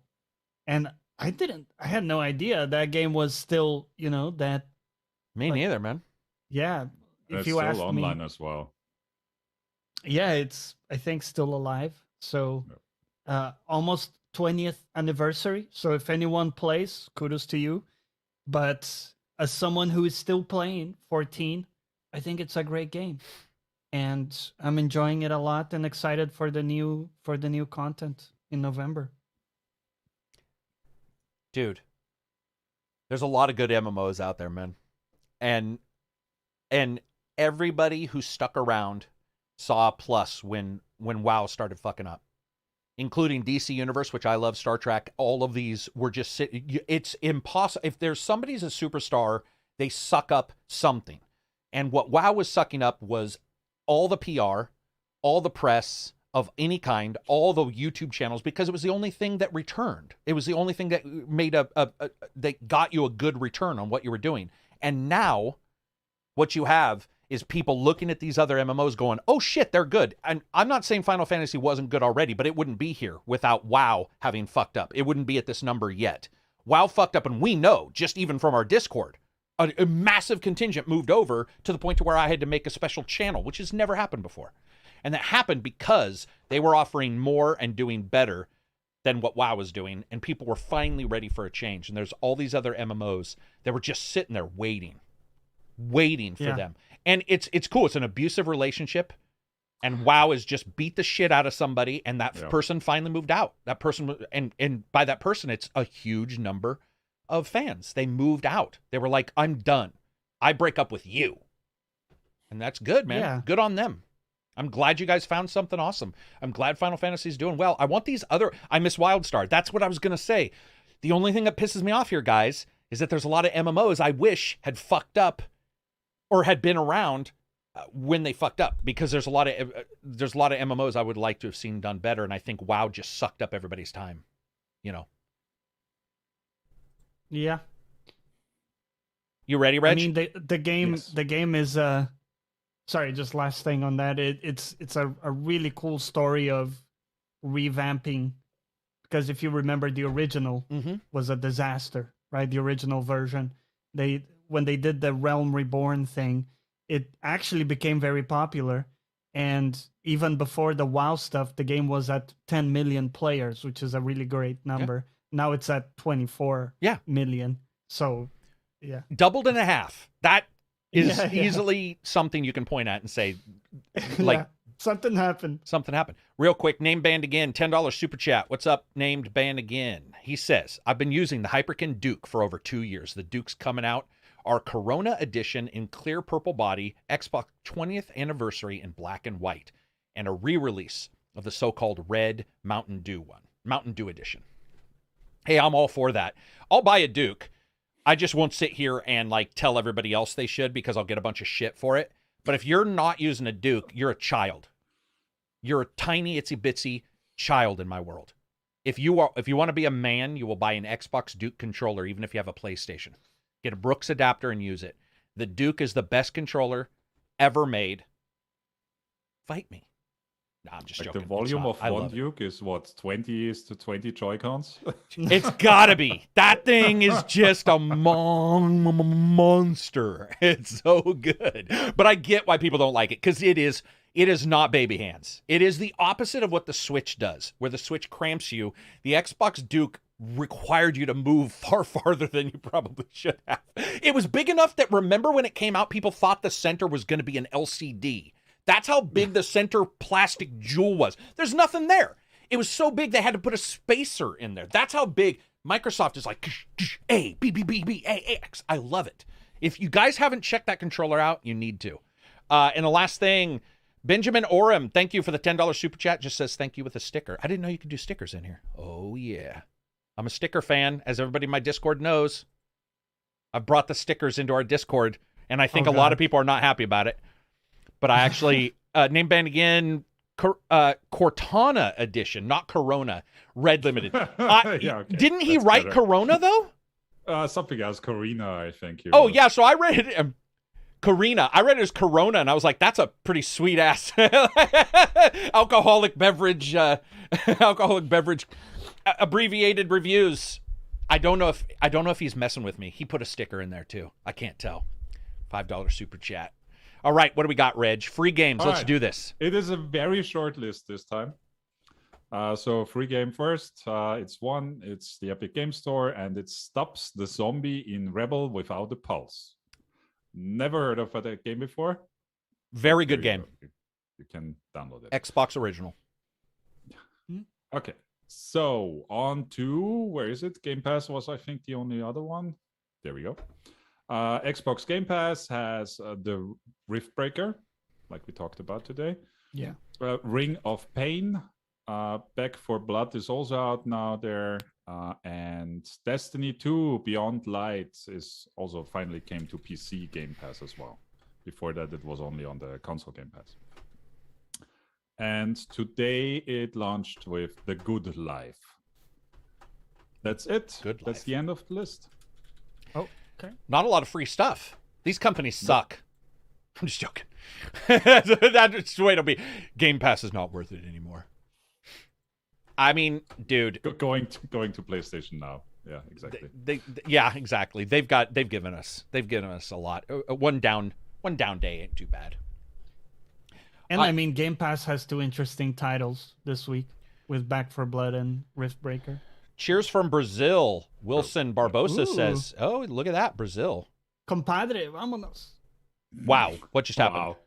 No, I said something in Spanish, so it wasn't even the correct language. I love it. It's even better. Name band again, super chat. So well known that basically everyone could understand. The predictive text effed me over. The new Dukes have an LCD that spins the OG Xbox launch piece. Oh, wow. Interesting. Dude, so you got a spinner on your Xbox? I'm all for it. All the time? That would be bothersome, because like I've had to perform surgery on a PS4 controller with a resistor to get the light bar to go away. So my first console was a Sega Master System. I guess the controllers have gone a long way since. Dude, Sega Master System had ace controllers. Sega Master System had a controller that had a thumb pad, and they gave you mini joysticks, and you could screw the joystick into the center of the thumb pad. So you had a joystick and a thumb pad in the same controller. Like, that shit it's better than the Switch is right now. That is not Portuguese, Johnny. Oh, Vakunda just called. No, I know. I don't know why what came to me was Spanish looking at your name, but wow. Just now we'll be able to say that Johnny's completely racist. Vamos lá, meu velho. Yeah, true. That's like exactly. There we go. What else do we got? There was something I was going to talk to you guys about. And, because preparation is my key thing. I for sure wrote it down somewhere. I didn't. Somewhere. Something popped up into my head, and I was like, I want to talk to these guys about something that's important about video games. And I can't fucking remember what it is. We talked about streaming. It might have just been the streaming that I've been so happy with lately. Yeah, what's something that's been awesome in the last couple weeks? Like about gaming. Has there been a particular game or like for me, the service for sure of the of streaming has definitely paid off. Like I think I've been really excited with streaming lately. It's not the same, by the way. I'm not an idiot. But is there anything that's really been like lighting your guys' fire gaming wise? For me, Ghost of Tsushima, I did the DLC this week. Oh, gotcha. What a game! What a game to. For me, if I had to tell someone like, play one game on PS4 or PS5, that would maybe be it. Out of all the other great titles out there, because it's setting a great open world, but also like the combat. The combat is good in it and it feels fun and sleek. So, yeah, I would agree. What about you, Reg? Anything that's really lit your fire in the past? Gaming wise, not really. No, my most spent time was on my new tablet, fiddling around with that. Well, tech is fine. That's a good answer. New tablet. Yeah, so new tech. New tech gives me a weird feeling, like there's a giddiness when I get, it can't be like a mouse, but if I get a new tablet, there is a giddiness of installing. And by the way, I'll install 8,000 things on something, then delete them all just because I can install. I test it. I also was like, open the store. Okay. Yep. And you won't use them. And I do it every time. Every time I get a tablet, I'm going to install. And I'm like, while I'm doing it, going, am I ever going to play that? I don't know. Install. And then I'm like, oh, it can hold them all. Maybe test them to see if they run as well. Uninstall. I don't know. No, I'm not at that step yet. I'm still in the install. And also just, you can sideload. Exactly. Okay, let's see what open source stuff there is to sideload. Jet 2030 with the super chat. He says, you guys are all still awesome. Thank you very much. As if he was preparing for anything less. Of course we're still awesome. You may have left. You were not awesome during that time you went away. But now that you're back, you're awesome again. I'm just joking. What kind of tablet you're being asked by Benjamin Oram? The iPad Pro 20, from this year, so 21, and 12.9 inch. So the biggest one, basically. 12-inch tablet's what I've got as well. And I can tell you that is a big-ass tablet, man. It is.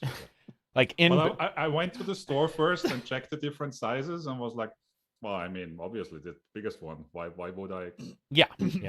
Well, and if you're like me, where you start thinking about using it, so I showed you guys my amazing streamer pad that I built, so I can still hold the tablet on the controller. But it's like once you start wanting to play maybe streaming games on it, I don't want to play on a cell phone style like screen. That's way too small. There was only two sizes I could realistically see. Like the small one, you can just pocket.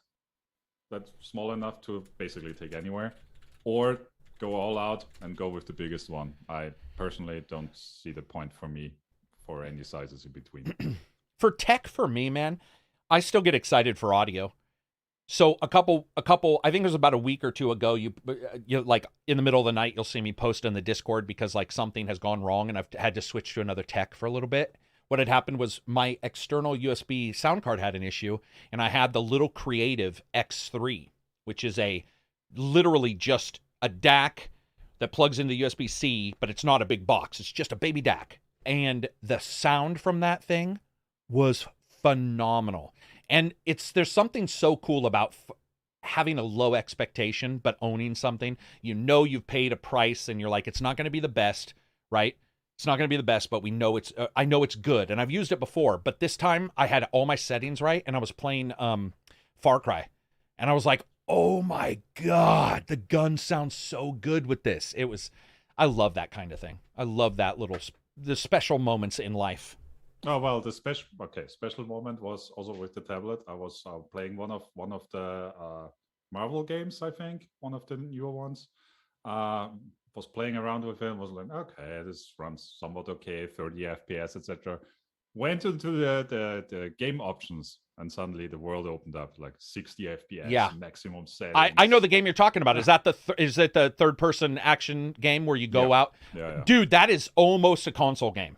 That game is awesome. I was just talking about that in our Discord 2 weeks ago when it came out. It's Is it Marvel Galaxy? It's Marvel. No, it was something else. It's brand new, though. And if you guys want a pretty damn sweet mobile game for whatever reason, like if you enjoy Marvel stuff, check it out. Megadeth. Boom. $20 super chat. And he's got a, what is that? Uncle Sam? He's got an Uncle Sam. He says, I was wondering all your thoughts on the current social, economic, political stuff. Just kidding. Here's $20. You rock. That's the kind of user I like. Nope. I saw the JK, so I knew what I started. But then I saw he did have Uncle Sam, and I'm like, oh, here we go. But no, thank you very much for the super chat. You rock. You definitely appreciate it. Yeah. Future Revolution. Yeah, exactly. The only thing you'll get from Future Revolution. Yeah, the only thing you'll get for us when it comes to political stuff is if it affects our video game delivery system, which here in America, the ports are flooded. So if you try to order something, it takes forever to get to you, man. Like that's the one thing that you'll hear me talk about politically is like getting something, which is a first world problem. I'll be like, why can't I get my brand new athletic socks? And I'll be like, oh, because they're like in boat 19 in the California port. Dude, it's so funny. I caught myself the other day because I grew up in Brazil, right? So like third world, like very poor and stuff. And now here in London, I caught myself enraged the other day because enraged, not just mad. That's awesome. Dude, the pizza I ordered, right, delivered to my home directly, with all the comfort in the planet, to my heated floors apartment. Wow. Had some onion on the tomato sauce, and I was irked. I was outraged. I was like, this has ruined my day. Man, dude. And then I caught myself with and I'm like, monocle, right? I caught myself and I was like, you know what? Things ain't bad, man. If that's the thing that's annoying me. Oh man, I've had that. I try not to, but like if I order something and it's not available, I'm like, what?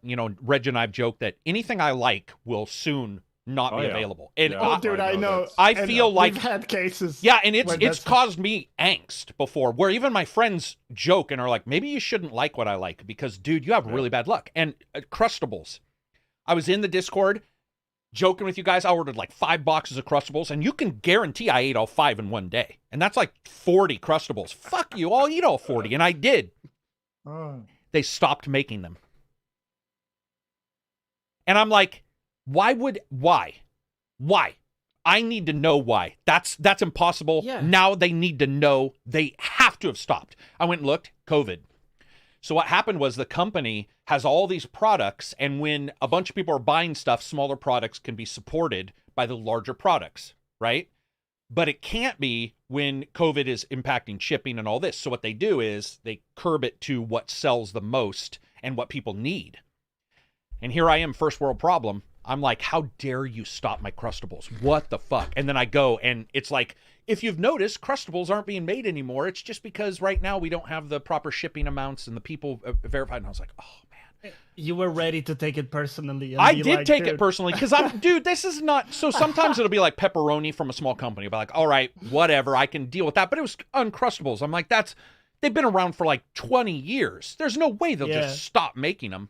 But yeah, it was cool. They're like, dude, Jeremy's onto him. He's onto him. Find out that like if you eat them, they have like testosterone, or they're like drugs, or in them, and people are getting them, and that's how they were getting drugs in the United States. And I bought all of them. No wonder I was high that day. I thought it was sugar. I just ate like a pound of cocaine. But yeah, I was really upset. I love those things. They're so bad for you, Johnny. It's the type of white bread that if it touches saliva, it melts because it's not even bread. It's just like it looks like bread. It's that bad, Reg. It's that bad. You can touch it to your tongue, and it will do this thing like a marshmallow. What'll go? Yeah, it dissolves. Yeah, that's how bad it is. And I was just like, and then working out, and then like the moment I would feel down, I would eat some, and I was out there, and I was like, just pumping. I'm like fucking boxing, and I'm boxing. No one. They probably did it for my health. They were like, dude, this guy, we can't let him die. The block emergency. Oh, God. Oh, man. I've been ordering, this is Black Flame. He says, I've been ordering like several boxes of Welch's fruit snacks from Amazon, and it gave me several trips, and it saves me several trips from going to the grocery stores. Yeah. Citizen Sleep says, Crustables cancel culture. That's exactly right. That's exactly right. Great Ape says, couldn't you just make your own PB&Js? Yeah. Yeah, I can make my own bike, too. It wouldn't be as fucking good, though. What are you talking about? Of course you can. I love that. That stick-to-your-mouth peanut butter. Oh, yeah. Nasty. Zero says, to be honest, Crustables were pretty racist. About time they canceled them. Exactly. The one thing I like. Dude, what was one thing that you liked, Reg? Do you remember a particular food that you liked? What was it? It was, for example, bread spreads with, a spicy bread spread, basically. Mm-hmm. And you put it on, so like when you put your bread out, it's like a paste, and you sort of... Yeah, it's like a paste with like little fruit pieces still in there from the chilies. And the first time I saw it in the store, I was like, I know that will disappear again. Because that's exactly what I want. Yeah. So it will be gone. And it lasted like 4 months and then it was gone. And then it's gone too, right? No. That's another thing. My shit doesn't just go away, it's gone. And I'm like, it's almost and the other one I really liked was blackberry cider. Mm-hmm. Oh. And it was gone. Yeah, I still have that here. It's gone. Screw you, Red. There's got to be something going on. Yeah, screw you. The last time I went on holiday by car, we went via Germany. And there they still have that cider in cans, not the big bottles, just the small cans, but I still loaded up the car. Oh, dude, you got to. We had a thing on the Pacific Northwest. They're called dippers. They're super cheap chips, right? Cheap. But you can get them in, garlic and salt. You can get them in Dorito flavored. But they had one called Red Hot Barbecue Dippers. And I just got saliva because my brain remembered how good they tasted. But they were super spicy, hugely ridged, and they were made so shitty that they didn't even have a good texture when they were a little too hard. Like, instead of a chip should sort of crack without scarring you, these had a chance of injury at all times. There was always that little chance of cutting your mouth. And I remember going to the store and they were gone, and I just knew. And that was the first moment where I was like, yep, it's going to be gone. I hate that shit, man. Eggnog, every year. I know you guys have it all year round. We have one store here where it's not seasonal. Yeah. I found the one store that has it all year, and unfortunately for me, right? Because that shit's just... Is there anything in the world worse for you than eggnog? That is so bad for you. Pure sugar. Pure sugar, maybe. I already ate, but y'all have made me crave a PB&J. Drinking like a glass of honey or something, maybe. Yeah. And I remember go ahead. Just inject it. Cut the middleman and inject all the sugar into your cider. There is nothing better than Christmas and having eggnog and playing a game and the coolness of like outside and like this music and eggnog. And most people either love or hate eggnog. There's almost no middle ground on eggnog. Eggnog is like that's horrendous or it's like bingeable. And I remember I was one of the few people in my family who liked it, so I could just get cartons and I would drink like from the carton when I knew nobody else was going to drink from it. I'm like, dude, I'll take this carton. My family hated it. I think my grandmother liked it, and that was it. That was the only way. What were we going to say, Johnny? No, I'm reacting. You can actually drink a carton, bro, of eggnog, like in one city. Bro, you mean one? Bro, I drank a gallon of eggnog in a day in the Discord. I posted the pictures of it. Oh fuck yeah, man. Yeah, as Citizen Sleeve said, Karak was sick for days. I was sick for about 2 days after that, but I posted it. Yeah, no wonder. Yeah. Who gives a shit, man? If I die from eggnog, worth it, man. Yeah, right? Like some people die from a heart attack or die from a stroke. Chicken. Oh, yeah. And you'll get a headache from so much salt, but you're like, this is delicious. Fucking worth it, dude. It's fucking amazing, right? Yep. That's the way I am with eggnog. I'm like, if there's a way to die, it's either sex or eggnog. Like, I can't see a negative. Both? Why not? Because I'm not a mixer of those two. I'm not a mixer of like food and sex. But I get you. I like where your head's at. Kel says eggnog just hit store shelves this week. What's your guys' favorite? Do you guys have a game food? We've tried it before, or we've discussed this a little bit before. But do you guys have a thing? Do you just drink like apple cider or your blackberry cider if you had it? Yeah, I always cider definitely. Tons of stuff to drink around. Alcoholic. There is another. Usually non-alcoholic. That's what I was wondering. There is another thing I really like, called Kokio, and it's like chocolate milk Ooh. in all in for a that. glass bottle, and I think it's Danish originally. Mhm. And for some reason, they nail like it tastes great, Ooh, that sounds better than good. if you make it yourself. Mhm. It's great for a gaming session. They come in like bigger bottles too, and having one of those is one of my favorite things. So as you can tell, one of the things about me is I'm very well controlled when it comes to random food cravings, obviously. Oh, yeah. So my friend Fred comes over and we're like, let's play, I believe at this time it was playing Army of Two. So we were playing Army of Two and we were going to beat it all in one sitting. My friend Roger comes over, Cadiz, who's in the Discord, he comes over and we buy 3 bags of Halloween Skittles. And then we bought 3 bags of the Starburst, where you unwrap them individually. So that's like 6 pounds. And we ate so much that, like, legitimately thought we were going to have to go to the hospital to pass. Like, where you're like, uh-oh, because this is just gum. It's just waxy gum that you've eaten. But I got to tell you, man, that was worth every bit of pain. Those things, I love that kind of stuff. I love just playing games and having a snack. There's something so, like, communal about it. Or D&D. I don't know if you guys do snacks for role-playing, Reg, but we do snacks for role-playing. Oh, yeah. It's always... Yeah. As long as it's Do you not guys gross. ever do Well, food? Well, not Like full during on? the role playing, because usually the whole table is full and you don't want to touch anything. That's what I was going to say. Oh. So our snacks have to be, like, ungreasable. You can't have, like, chips. Okay, because you have to roll, right? You have to. Yeah. Yeah, because I So don't it's do always D&D, like so I don't know food exactly. before and or after, but not Yeah. during. Dude, I have a friend who Right. brings chips over, and he eats the chips without his hands by ducking his Yeah. tongue into the chips. So we'll be doing D&D, and it'll be like, and you put your tongue out, and you can pull a chip up into your mouth. yeah, and you this can. dude is eating, like, Doritos. He'll be like, I walk into the room stealthily. And I'm like, dude, it's not stealthily if I can hear your Dorito chips. It's just hilarious, man. But yeah, you don't want, you don't. And I'm one of those guys that I hate interruptions. So I'm like, cell phones have to be off. They can't be in the room. I don't want your laptop connected to, like, the internet. I don't want you surfing because it's hard. People can do that on accident. You're not even on purpose. You get a notification. It's like, it's not even on the person who's in there. But food is also not a no-no, but you got to be really careful because also the paper that you're using. Yeah. You don't want to, like, No.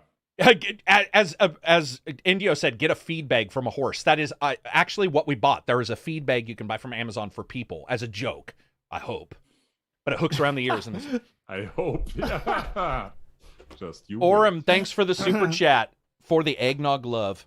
There you go. Ben says, have you guys seen coffee bean M&Ms? No, but I'm looking right now. That sounds terrible, though. Ben. Anything that gets you A more disaster. caffeine mixed with caffeine because chocolate already has caffeine is a deal in my book. I'm checking it out right now. Looking it up. Coffee bean M&Ms. I'm the type of guy that when I look at, like, an energy drink, I'm the one who gets the extreme. Like, I For want it to some have the reason- extreme. Yeah, I was thinking of Skittles. I don't know why my brain. I said Skittles but earlier. M&M, yeah, maybe that's why. It might have been. Suggestion. You're going all Darren Brown on me now. Darren Brown. Wow. That's Fucking not hell. what I expect. I love that guy. Anyway, go ahead. What are you Yeah. saying? But M&M's, because it's chocolate with coffee, could be great, actually. That could be a good combo. Yeah. I'm Oh, with you. that's why you said ooh, because I was like, it sounds good to me. I get because Yeah, Skittle I'm with you now. would not work at all. Yeah, dude. I love that kind of stuff, man. And I'm not a big fan of, like, the big M&Ms with the large nuts in them. the nut. Yeah. There's my large nut M&Ms. I'm like, I like it with the nut. Yeah, well, Sleeve says Red just walks away. Red's like, I can't take it. Red is probably going to get something to eat. It can make you hungry talking dude. about it. You know what? My dad's in town, right? So he lives in Spain. It's now here visiting. He brought, like, tons of good stuff, like cheeses. We have this amazing cheese in Spain. We have, like, different types of ham and jerky stuff to eat. So I'm now, like, spoiled with. I can't remember, and you certainly don't. I mean, is he married? Is your mom? Are they together? Does he travel They're by himself? separated. Okay. They're separated. My mom lives here in London, close to where I live. Okay, gotcha. Yeah. So he travels from Brazil to visit you once a year. No, from Spain. He from lives Spain. in Spain. Sorry, once a year, right? Is this once a year, twice a year? No, it's usually every 3 months, but now because of COVID, it had been almost 2 years since we had seen each other. Until when today. he comes, does he buy stuff from? So you said Spain. I for some reason thought Brazil, so that they wouldn't have as good of stuff, so he would take it home. But I guess there's nothing from London he can't get, right? Or is there something in London? Right. Does he ever come to London and go, we have to have this because I can't get it? Not really. Yeah, that's what I thought. There are some restaurants we like and stuff like that, but yeah, nothing like that. No. So in the Pacific Northwest, mostly, I was corrected that this is elsewhere, but we have the Dairy Queen, and they have these blizzards, which are like a semi-soft chocolate or semi-soft ice cream, but with a ton of candy in it. So you can get Skittles if you want. You can get Baby Ruth, and it crunches it up, and it's all through. And all my friends, when they one of my friends is in New Mexico, and they don't have one, and so the first thing he does when he comes here, he's just like, we got to go there, and we got to get some of those. I don't think there's anything I can think of from another place. I've bought some of your guys' food because of Takedown. I wasn't happy. He probably recommended some dodgy food. No in Takedown, right? Takedown's like, this is really Right. good, but you guys would hear it and be like, what? He had you. Plus, he's in Britain, which is not the most well-known. Honestly, good we food. don't have anything. It's funny, man. We don't have any signature things in the UK. Right. We have a few things like fish and chips. Mhm. You may have heard. Yeah. For me, very overrated. And a lot of the things we call traditional here are really just stealing from other places and stuff like that. So I'm the same I enjoy way the with food here, but it's in the Pacific Northwest, the big thing is crab, and my dad owned that fish plant, so it's like nothing in the world is worse than crab to me. And my families will come in from all over, and if they're in a landlocked spot, they're in some place, and they come over, they're like, let's go get some crab, and I'm just sea lice. You're just breaking open a giant sea lice, just busting its back off and eating the meat out from inside. Nasty.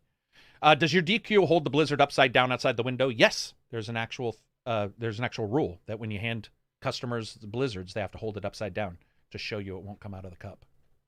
Very weird thing. UK pies. Florist says UK is known for pies. Yeah, the pies are good, but I've seen them in other pies. countries. Mm. Yeah. You made it weird, Reg. Wait, he did, but I got what he meant. Are you saying that, so we call those there's different names for them. There's a particular name we have in America for them, but you're talking about one that looks pretty much like a pie, but it's soft pastry on top, not sweetened, soft crust, and then inside is like a stew, thick stew, a savory pastry. Yeah, around a pot meat pie. We call them with, pot pies. Pot pie is what we call them. So here it would be like steak pie, that kind of thing. It's very good. Name Band again says $5 super chat. I'll pass on having crabs. Exactly, bro. Though admittedly we do eat crawdads and lobster too, which I know a lot of crabs. Crabs used to freak the fuck out of me because in Brazil, where I grew up, they come out of the sand, so they're fucking dug into the sand, and out of nowhere they pop up, and they can pinch you. Sure. But do you know why we know crabs are evil? They're the only creature in the world that has their strafe button on all the time. They run sideways. Oh, dude, they're strafing. They're never doing WNS. Crabs consistently have A or D pressed down, and that's fucking demonic. So the first time you come out and you'll see a bunch of crabs and you're prepared to fight them because you know you have to fight them. So you get in your karate stance. They're OP, dude. And then they move sideways and you can't prepare for that. And you're just and they run fast, man. I mean, I think some of them pop little side wheelies. Like, have you ever seen a crab speed off? They never speed off in the direction you expect. So you come out and you'll be like, oh, here we go. And they'll be like, man! Like they got power band on a motorbike. And they'll be like, and they drive. Fucking creep me out, dude. And my dad would be like, he'd be like, man, we're bringing fucking crabs home and blah, blah, blah. And they put any food you need a newspaper to eat, People shit on newspapers. They don't eat stuff off of them. Not my family, man. You'll get a newspaper, you put it down on the table, and then you put a crab down, and you eat the crab by taking his pinchers off to use the pinchers to eat the crab. That'd be like taking my hand off to use my hand to eat me. I hate it. I hate it. It's so gross. And my mom would be talking to me, and she'd be all like sucking bit. That moist. Yeah. Oh, it's so gross, man. All seafood. I mean, I get fish, but crab or lobster are they're not for me, man. Crustaceans. And with their tail. And they move backwards. That's another thing. You can't trust an animal that doesn't use the W button. I think I've just figured this out. When lobsters escape. Yeah. Yeah, because they never go forward. They never go forward. They're cowards. They run away. That's why they shouldn't be eaten. I'm just saying. Crab sounds like an STD. It is an STD. Sorry, that's my anger based on seafood. But it is cool that we all have, like, you guys have pies, mincemeat. I've never had mincemeat. Is that a thing? Is mincemeat just shredded beef? Yes. Okay, so that wouldn't be so bad. I've always thought it was sweetened, and I'm not a fan of any. No, it's literally just shredded. Just take the meat, put it in a shredder. It goes through that machine. That's what we put in burritos or whatever. I love that. I love that. Right. Okay, yeah, gotcha. That's good. I, for some reason, was under the impression it might be slightly sweetened, and I'm not a big fan of. Okay, gotcha. Yeah. I just bought some T-bones for making today, and I'm so excited because a T-bone. I love food you can eat by holding it. T-bone is a great cut. It is, and you can grab the T-bone. You don't need a fork and knife. You can just fucking grab it and eat it like a. And what's funny is I just bitched about crab using a part to eat the crab, but here I am grabbing the T-bone. Yeah, and you know what else? Rib eye is also a great cut because the fat has a lot of flavor in it. Well, fat's the best part. Marbling is what they call it because they didn't want to call it fat because I'm sure somebody feels bad about it. Oh my god. Yeah. But it's like I marbled. heard that term for the first time the other day, and I was like, I had to look it up. Oh, did you? Yeah. Yeah. For me, the idea of like a really good steak, I don't always like it, but when I want it or whatever, there's almost nothing that triggers my like, oh my god, this is amazing button than a good steak. It's better than a burger. It's better. There's something about when a steak is good. It's like your favorite soda or drink. When you want it, there's nothing else that will fill that. When you're thirsty after working out and you have, for me, it's pop. I know some people think that's unhealthy, and it probably is. For them, it's water. But I got to tell you, the burn of an acidic drink when I've worked out, it's like a throatgasm, sounding gross. But that is like it makes my like your saliva glands like they just like squeeze in ecstasy. They do. They're just like rhythmic pulsing. I'm just gonna make it as sexual as possible. Good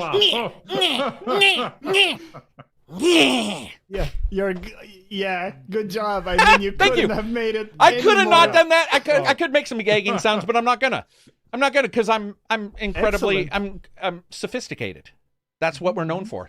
But no, man, it's funny. But when we were talking about foods for games and D&D being different, when it comes to video games, the only thing I have is I love Cadiz, but he's got sweaty hands, and so he'll have some Cheetos.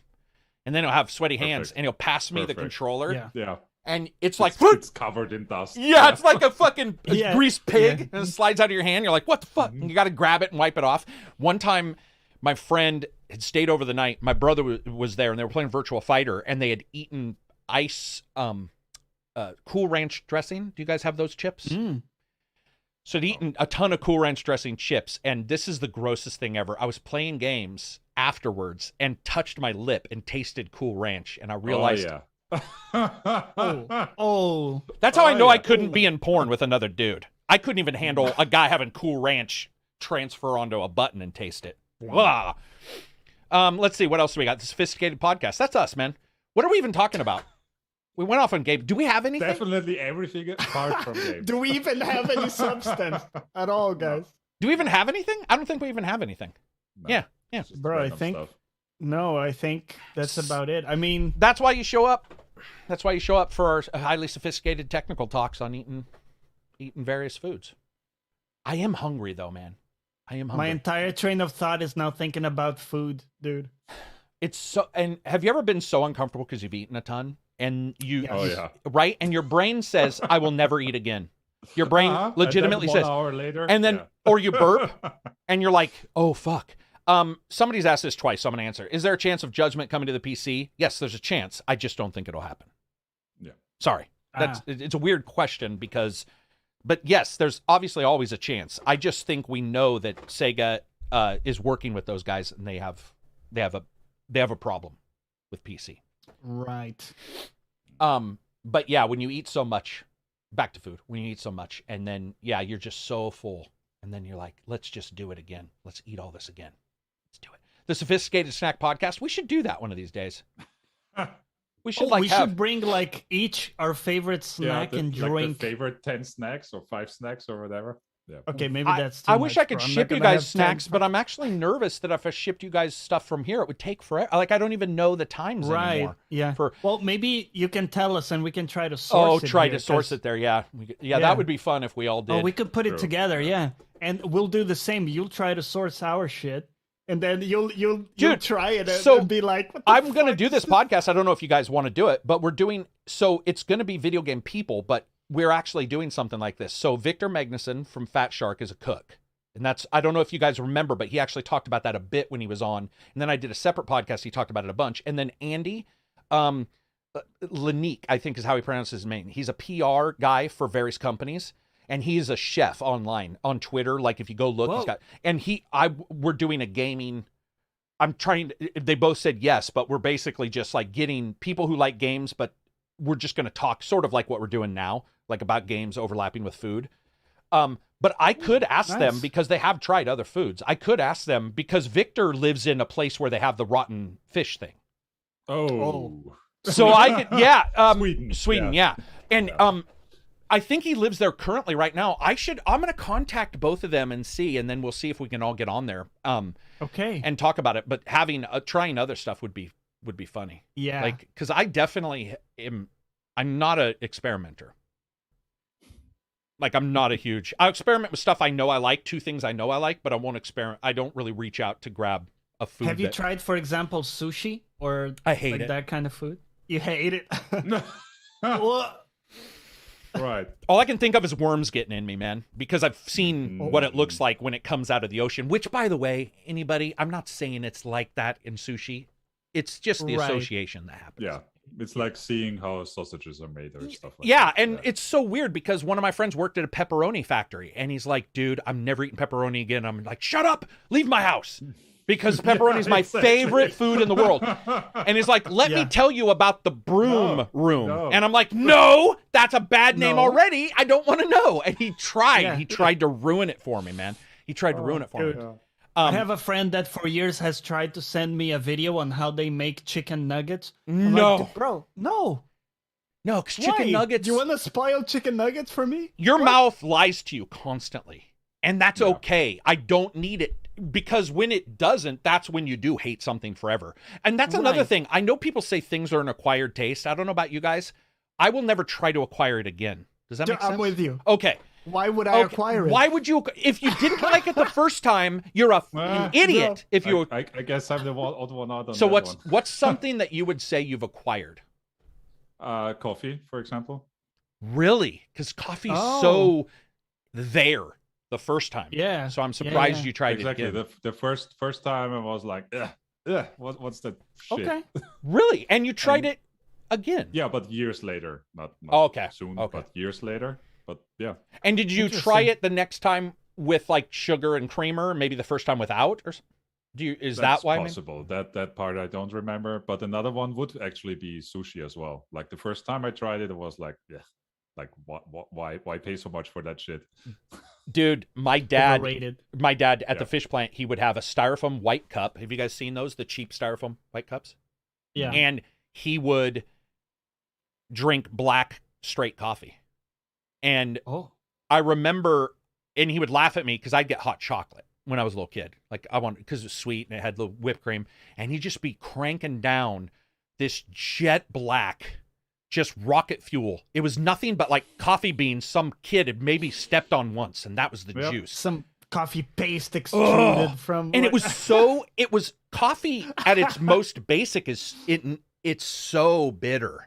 Like you have to be prepared. And it wasn't fancy, grown in the intestines of cats and shit out and carried on the back of a puma, and then some child gets it and spits in a jar and they put that in, they leave it for 6 months, which by the way, tell me how those steps ever happened without somebody being like, let's fuck somebody up. But yeah, it was nasty. Yeah. I just don't ever like that kind of stuff. Whoever drinks black coffee is a madman, Shin says. I only drink black coffee nowadays. Yeah, how did they figure out, like, wow, have a monkey eat it? Dude, I and don't poop know. It, and then I don't know. Coffee bean. I don't think they had the monkey eat it first. The question is rather seeing it on the floor. It's like, oh, there's a little bit of poop on it. Whatever. No. They're like, hold on a second. That was amazing. Yo, dude. Where you expect it to be bad and it's good and you're like, was it the poop? Imagine somebody hundreds of thousands of years ago, somebody sat in their shitty thatched hut somewhere and there was a food and they saw that and maybe they were forced to and they ate it and their brain took the next step and was like, was it the poop? Imagine ever having that question in your brain ever. It would never happen now. I drink tea without sweeteners, LOL. I mean, by the way, I'm not even, most people I know drink.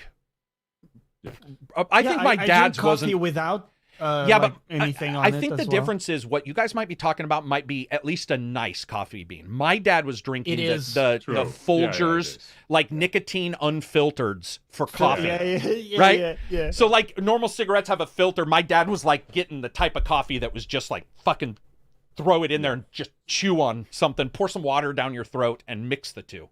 So I quit milk for black coffee. No. I quit using milk for black coffee. Not better than.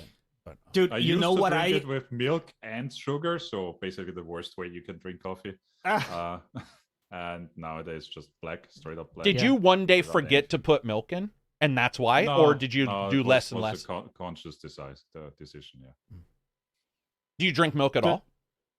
Yes, I do. Oh, okay. Gotcha. What were you going to say, Johnny? There is one thing I did as a kid, and I'll bet anything, nobody else here ever did this because it's a dumb thing to do. But I used to go to McDonald's only in super rare occasions. It was like a big thing, okay? So instead of being like the cheap thing, it was for me like, oh, amazing, it's McDonald's. Oh, yeah, right? for sure. Incredible. Yeah, no, I get that, yeah. Right, because kind of poor growing up and stuff. So, okay, fucking amazing. We're going to McDonald's. Every time I would go, you get like that styrofoam cup or like some kind of paper cup for your drink. And they say, go there and help yourself to whatever drink you want. I would go there and I would be, this is amazing. I can choose whatever drink. And instead of picking one, I know. because I liked, yeah, I mixed. Yep, I did too. I wouldn't do mixes. I would do like Fanta with Coke and fucking Sprite. Yep. I think you have forgotten how youthful ignorance and curiosity, we all had it at some point. We all had that. And so we all, you may think that they don't do it, but I did it. Every single time. Like when you, but by the way, two things that don't work together are any kind of cola and orange, at least for me. That was the one thing I knew after because we would have what they're called buffets here. I don't know if that's what they're called there, but buffets here, you buy with a ticket. You can now have anything you want, which includes as many drinks. And that's where I found out what worked and what didn't. And cola and pretty much anything else, other than an alcoholic drink, I know people have millions of alcohol, but pops, as we call them, that never worked for me. Like the cola just doesn't mix with much. I know people use cola in everything else, but I just don't know a lot of people who would mix those two. But Sprite and orange I like because they're citrusy. They're both citrus. Yes. But, yeah. I have milk soaked in, or I have bread soaked in milk. Yeah. My dad used to do that. He would have, my dad was so poor that is what they would do. They would white bread or like a cheap bread, and they would have milk and they would sprinkle sugar on it and they wouldn't cook it. So it was like a little bit of milk would soak into the bread with some sugar, and that would be breakfast.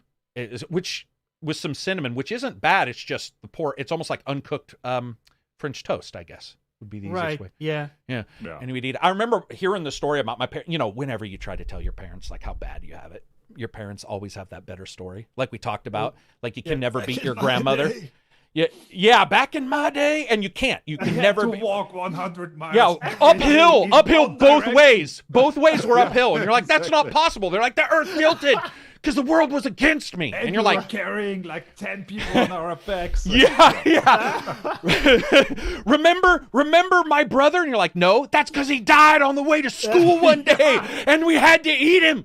And you're just like, Jesus, there's just no way to beat a really rough parent.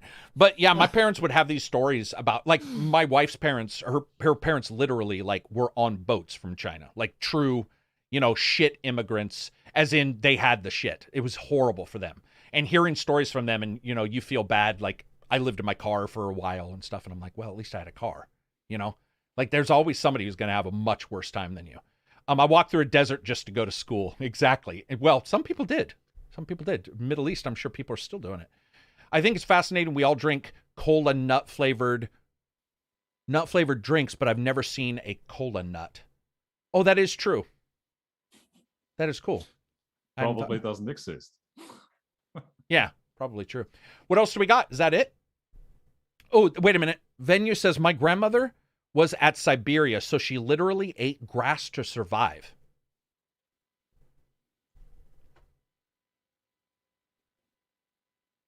I mean, that's probably the lowest. Dirt or grass. I'm sure people have eaten dirt. That beats me. I think the cheapest thing I've ever eaten is just potatoes raw.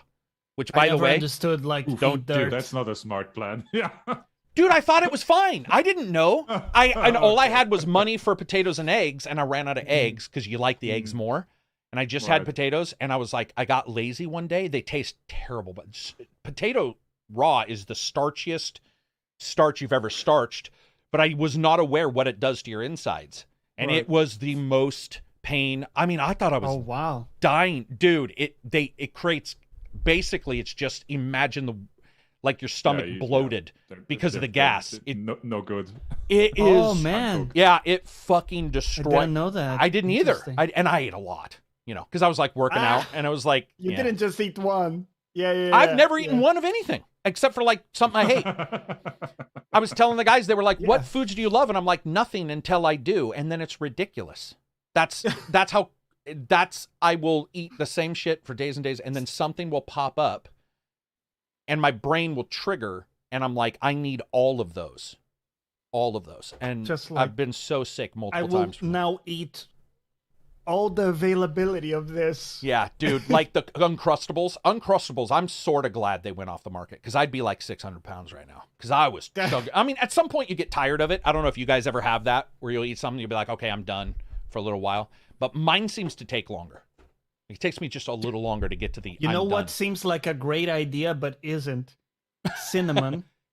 Yeah. Right? Because as a kid, I was like, I loved cinnamon on everything. And I'd be like, fucking amazing. I want more of this. And one spoonful, right? Dude, I feel like we're brothers. I feel like this podcast has joined us in a way. Yeah, Cinnamon we're brothers. over the stupidity. Dude, I did the same thing because so am I the only person in the world? Probably, but who's also tasted things that smell like something? I have tasted multiple soaps because they smell like lemon. And I'm like, well, if they're lemon smelling, they must, and as a little kid, I would smell lemon or lime or apple in particular. If it smelled really good like apple, I'd go like, and taste it. Cinnamon, you can't. Cinnamon has to be sprinkled because it destroys everything in your body the moment you swallow it, and that powder. And I did the same thing. I'd grab, and cinnamon challenge. It is now quite literally a challenge. I didn't know it was a challenge. I thought it was a fucking amazing idea. It's a terrible idea because it's so diluted, right? On everything, it's so powdered out, and it's mixed with other things. That your brain. But like, hold on a second. Why am I only having a tiny bit of it? Because if it works for sugar, it'll work for cinnamon. Spoonful. Yeah. No, it does not. Yeah, dude. Cinnamon is so good when you put a little sprinkle of that on something, though. Cinnamon can elevate ice cream, by the way. If you have ice cream and you just sprinkle the smallest amount on vanilla ice cream, I sometimes put a little bit in coffee as well. Of course. I put it on my coffee sometimes. It's great. Yeah. Yeah, cinnamon is so good. All right, everybody, we'll let you go. Sorry, we're like 10 minutes over. I What apologize. happened? Right. Thank you for coming to the ACG. I forgot what podcast we're on. Thanks for coming to the ACG Food podcast. Yeah. We appreciate it. I hope you guys get a chance to do something good this weekend. Play some games. Check out the channel. Check out Johnny, who is streaming. What are you streaming this weekend? So actually tomorrow I'm taking a break because I'm spending the time with my family. But I did make a video of my thoughts of Ghost of Tsushima. Oh, awesome. All together. So if anybody's interested in checking that out, I'll leave a link and you're welcome. Yeah, leave a link. Yeah. Yeah, check his stuff out. He usually streams on Saturdays. Everybody else, thank you for showing up. We appreciate it. Thanks for sticking around for a weird podcast, but that's just sometimes what we do. I'm so fucking hungry now that the entire world's going to be eaten. Anyway, Yeah. that'll be it for us. Thanks, everybody. Have an awesome weekend.